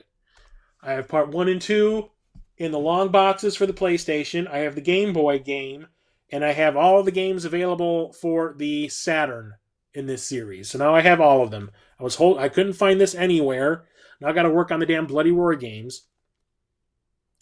But it's a one-on-one fighting game, trying to be like, actually it's closer probably to like Soul Calibur. It's a one-on-one fighting game, and everyone has weapons and stuff like that. And each game I thought got progressively better. The original was a launch title for the PlayStation, so it was pretty rough, but it was smooth. I remember it running super smooth. It was just controls are a little laggy. And then the second one got a little bit better, and the third one got even better. This is probably the best of the 3 for the PlayStation. So I had to get that. Kind of complete a subset. And then I picked this one up at Video Game Exchange, and that is Spider-Man 2 Enter Electro. So I have the first Spider-Man game that came out for the PlayStation. I have this on the Dreamcast, since I have a complete Dreamcast set. And figured I should get this. Why not? So it's a 3D beat-em-up platformer. Like if you were to take Mario 64 and put Spider-Man in it. These games I remember being pretty good, especially the first one. I liked the first one quite a bit. And this came out, I want to say around the same time as the original movie did, because it has an ad for the first movie game. So, happy to have that and kind of complete that subset. And then what do we have here? That came out after. After. Okay. I only have a few more games to talk about. Let's see. We can talk about this first. Okay, so pick this one up at Freak Toys also. Did not know that this game franchise had a Game Boy Advance version of their games. But when I saw it in the case, I was like, give it to me, I want it. That is Zone of the Enders, The Fist of Mars. I did not know that there was a Zone of Enders game on this console. So when I saw it, I immediately was like, let me see that. And sure enough, it is complete. I made damn sure. That's the one thing I have when it comes to, or one issue I have with Freak Toys when it comes to their games. They have so much cool stuff there, but absolutely none of it is complete. They have so many box games there, but none of them have a manual, and that is like a sticking point for me. Here's the manual. Oh, the cartridge just fell. Come back here. So many good games. I had like a list of games that they had in stock that I wanted to see, and they're all behind glass. And every single one of them that I wanted had no manual in it. And I was like, Jesus, like Blaster Master 2 on the Genesis. I have not seen a copy of Blaster Master 2 on the Genesis in person for years, and I finally saw it, and I got super excited. And then, naturally, no manual. They had a Kirby one of them was super expensive. They had a $300 Kirby game for the Game Boy Advance or Game Boy Color. I can't remember which one. But like nothing had a manual, so this is like one of the only things that did. So I had to get this, and it is, from what I can tell, not like a first-person or third-person mech game. This is more like a tactical RPG. And it has like some mini games when you're fighting, which looks like it has like a target reticle, and you like it's like in the first person, and you attack things that are coming at you. But for the most part, it's like this, where it's like a tactical RPG, like a top-down tactical game, which is fine because how do you do that on the Game Boy Advance? Like, I give them credit for trying. Picked this one up at a place called Gaming Together, which was the second place we went to when we went game hunting on Friday. First place we went to was Makes Sense Variety Store, which had like a big sale, but they had like nothing there. Like they have nothing there. It was really cool before COVID. It's like the way the half price books are around me now, where after COVID, half price books went down the shitter when it came to games and movies. This place used to have games I used to buy all the time. Every time I'd go there, I'd find something I want. Now they never have anything, so I don't even bother looking. But I found this at Gaming Together, and this is a game I didn't know existed either. And it's Spider-Man Battle for New York for the Nintendo DS. I did not know this was a thing. I knew they had like ports of some of the games that were available on the 360 and the PS3. They did have one of those there. They had Friend or Foe on the DS, and I almost bought that. But then I saw this, and I was like, I'd rather just get that. And this looks like a 3D beat 'em up as well. The battle for the city is on. Save it or smash it. Save the city as Spider-Man, web slinging and pulling off cool acrobatic stunts, or smash it through the streets as the Green Goblin, crushing cars and throwing fireballs. Plus cool touchscreen mini games. Hooray! So, due to the fact that this was like something that I didn't know existed, I was like, give me that. And it was only $20. So I was like, I'll take that. And it was at the point where I had two games in my hand, and the deal was buy two, get one free. So I had two games in my hand. I'm like, I got to find a third game. And there was nothing in there that I wanted. And then I saw that like in the case, and it was kind of like off to the side. And I was like, I'll just get that. This is the other game. I'll talk about that last. Let's see here. Where did I get this? I know I got this at Gaming Together. I got this at Gaming Together. Okay. So the other two games I got with that Spider-Man game at Gaming Together were Prototype 2 on the PS3, and I need to find the first one, and they had it there, but I thought I had it. I didn't check my phone, which has everything that I own in my collection available for me to find out, so I don't buy doubles, and I didn't look, and I could have gotten that one as my third game, but I'm a dummy. But it's a 3D action beat-em-up kind of comic booky, where you're somebody that's turning into a mutant, but you're kind of like a superhero. And I've always wanted to play these, and I just keep forgetting about them. So I picked that up. And I also picked up G.I. Joe, The Rise of Cobra on the PS3. I have this on the 360, but my 360 doesn't work anymore, and I want to play this damn game. I played it a little bit when I first got the game on my 360, and then it crapped out. So I was like, well, I'll just get rid of my 360 version and get this, because this was like $10.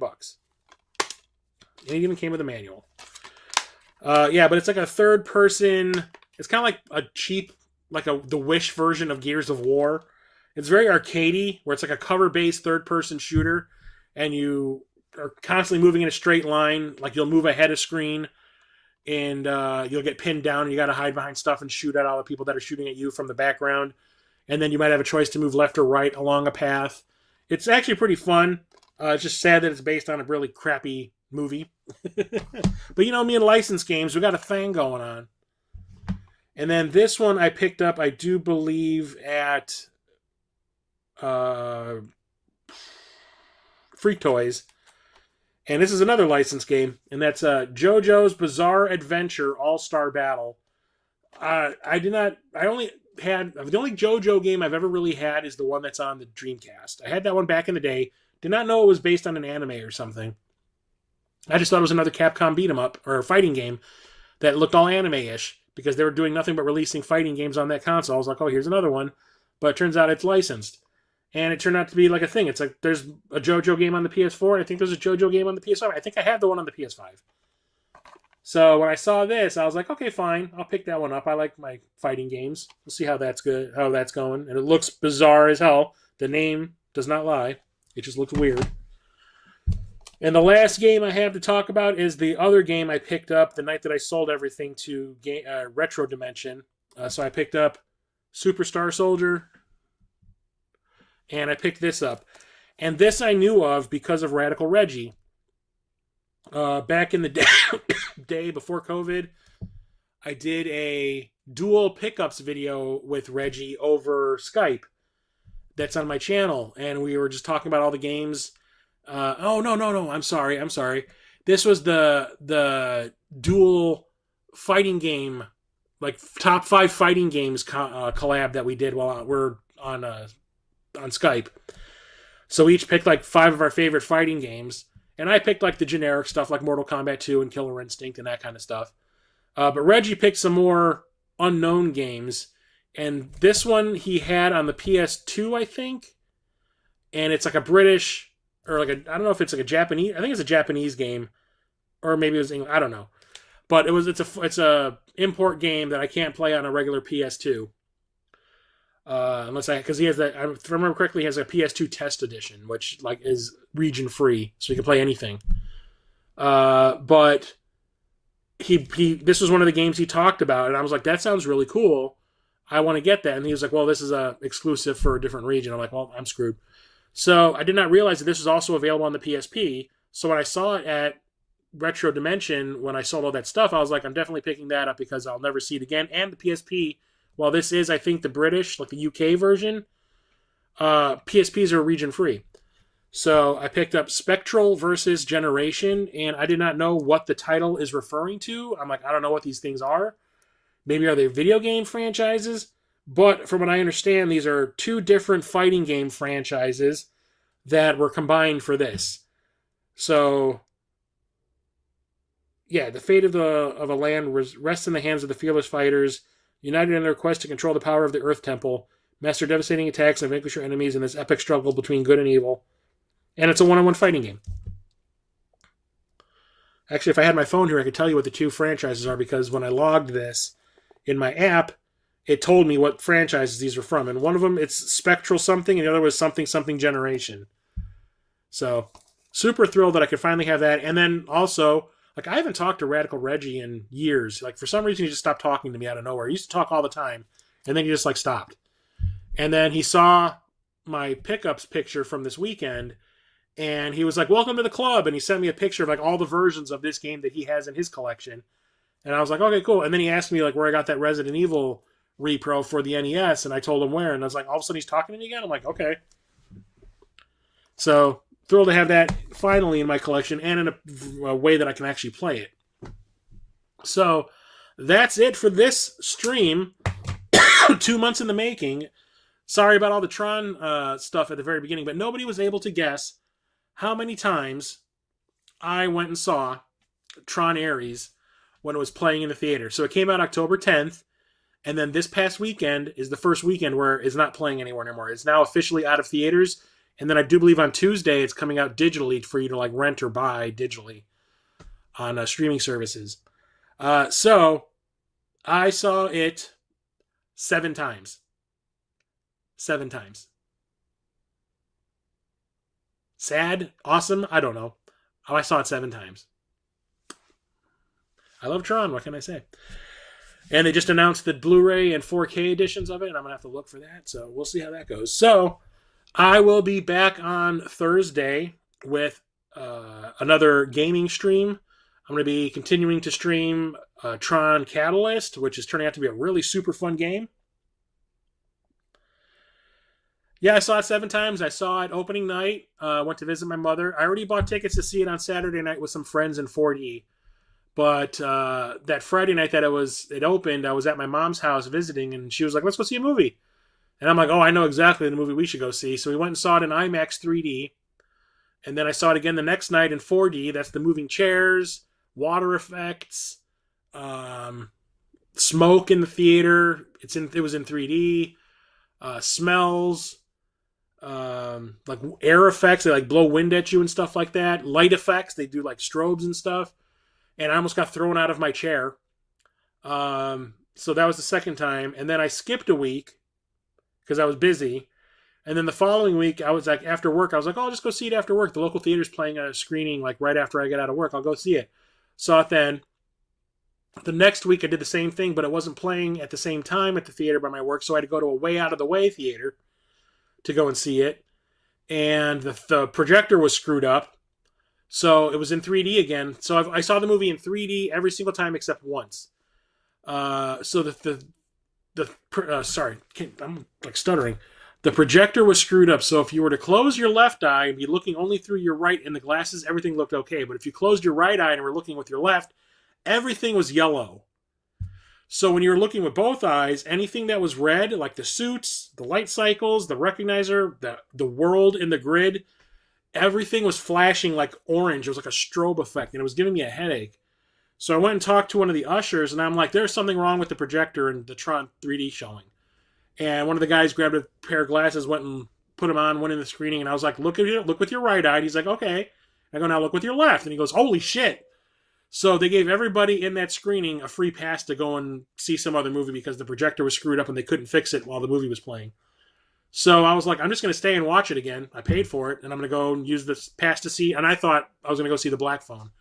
But the following week, I was like, I want to see it again. So I used the pass to go and see it for free. And that's when I saw all of the light cycle popcorn buckets at the theater after the fact, after I'd already ordered that one off the web. And I was like, okay, fine. And then the following week, a friend of mine, a bunch of my friends are supposed to get together, but one of them got sick, so that we had to cancel.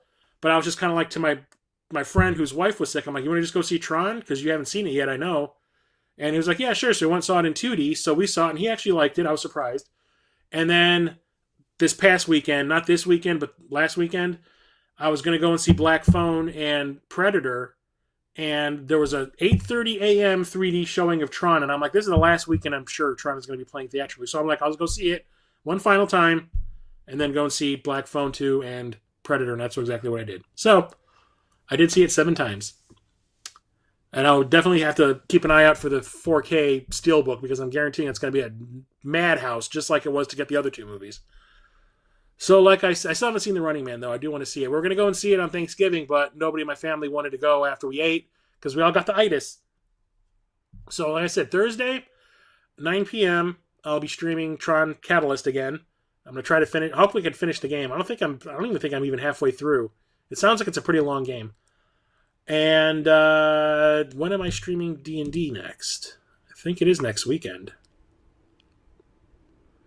Yep, on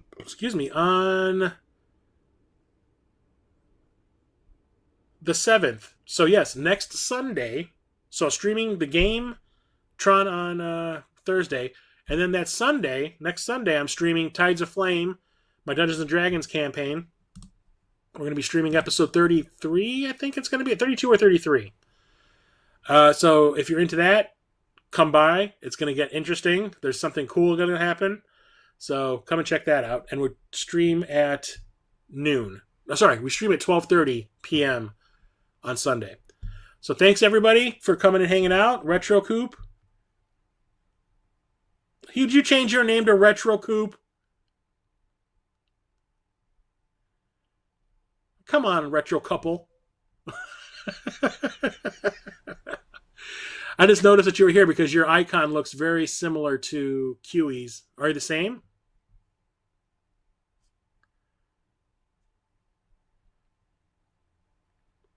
This has been you all along? Damn. Yeah, you got me. I'm glad you showed up as Retro Coop making fun of me. And QE. Who else did we have? We had Billy Beers. We had Damascus. Tony the Jabroni. Billy Bean. Or Billy Beers, sorry. So yeah, I'll be back later. I might actually stream after this now. No. Tonight I was going to stream Rift Tracks the game again with viewers because everybody can play along if you're watching the stream. But yeah, it's a little too late now. All right, anyway. Thanks everybody for coming and hanging out. I really appreciate each and every one of you. Stay safe out there, and I'll see you next time. Chris of Midlife Crisis Media out.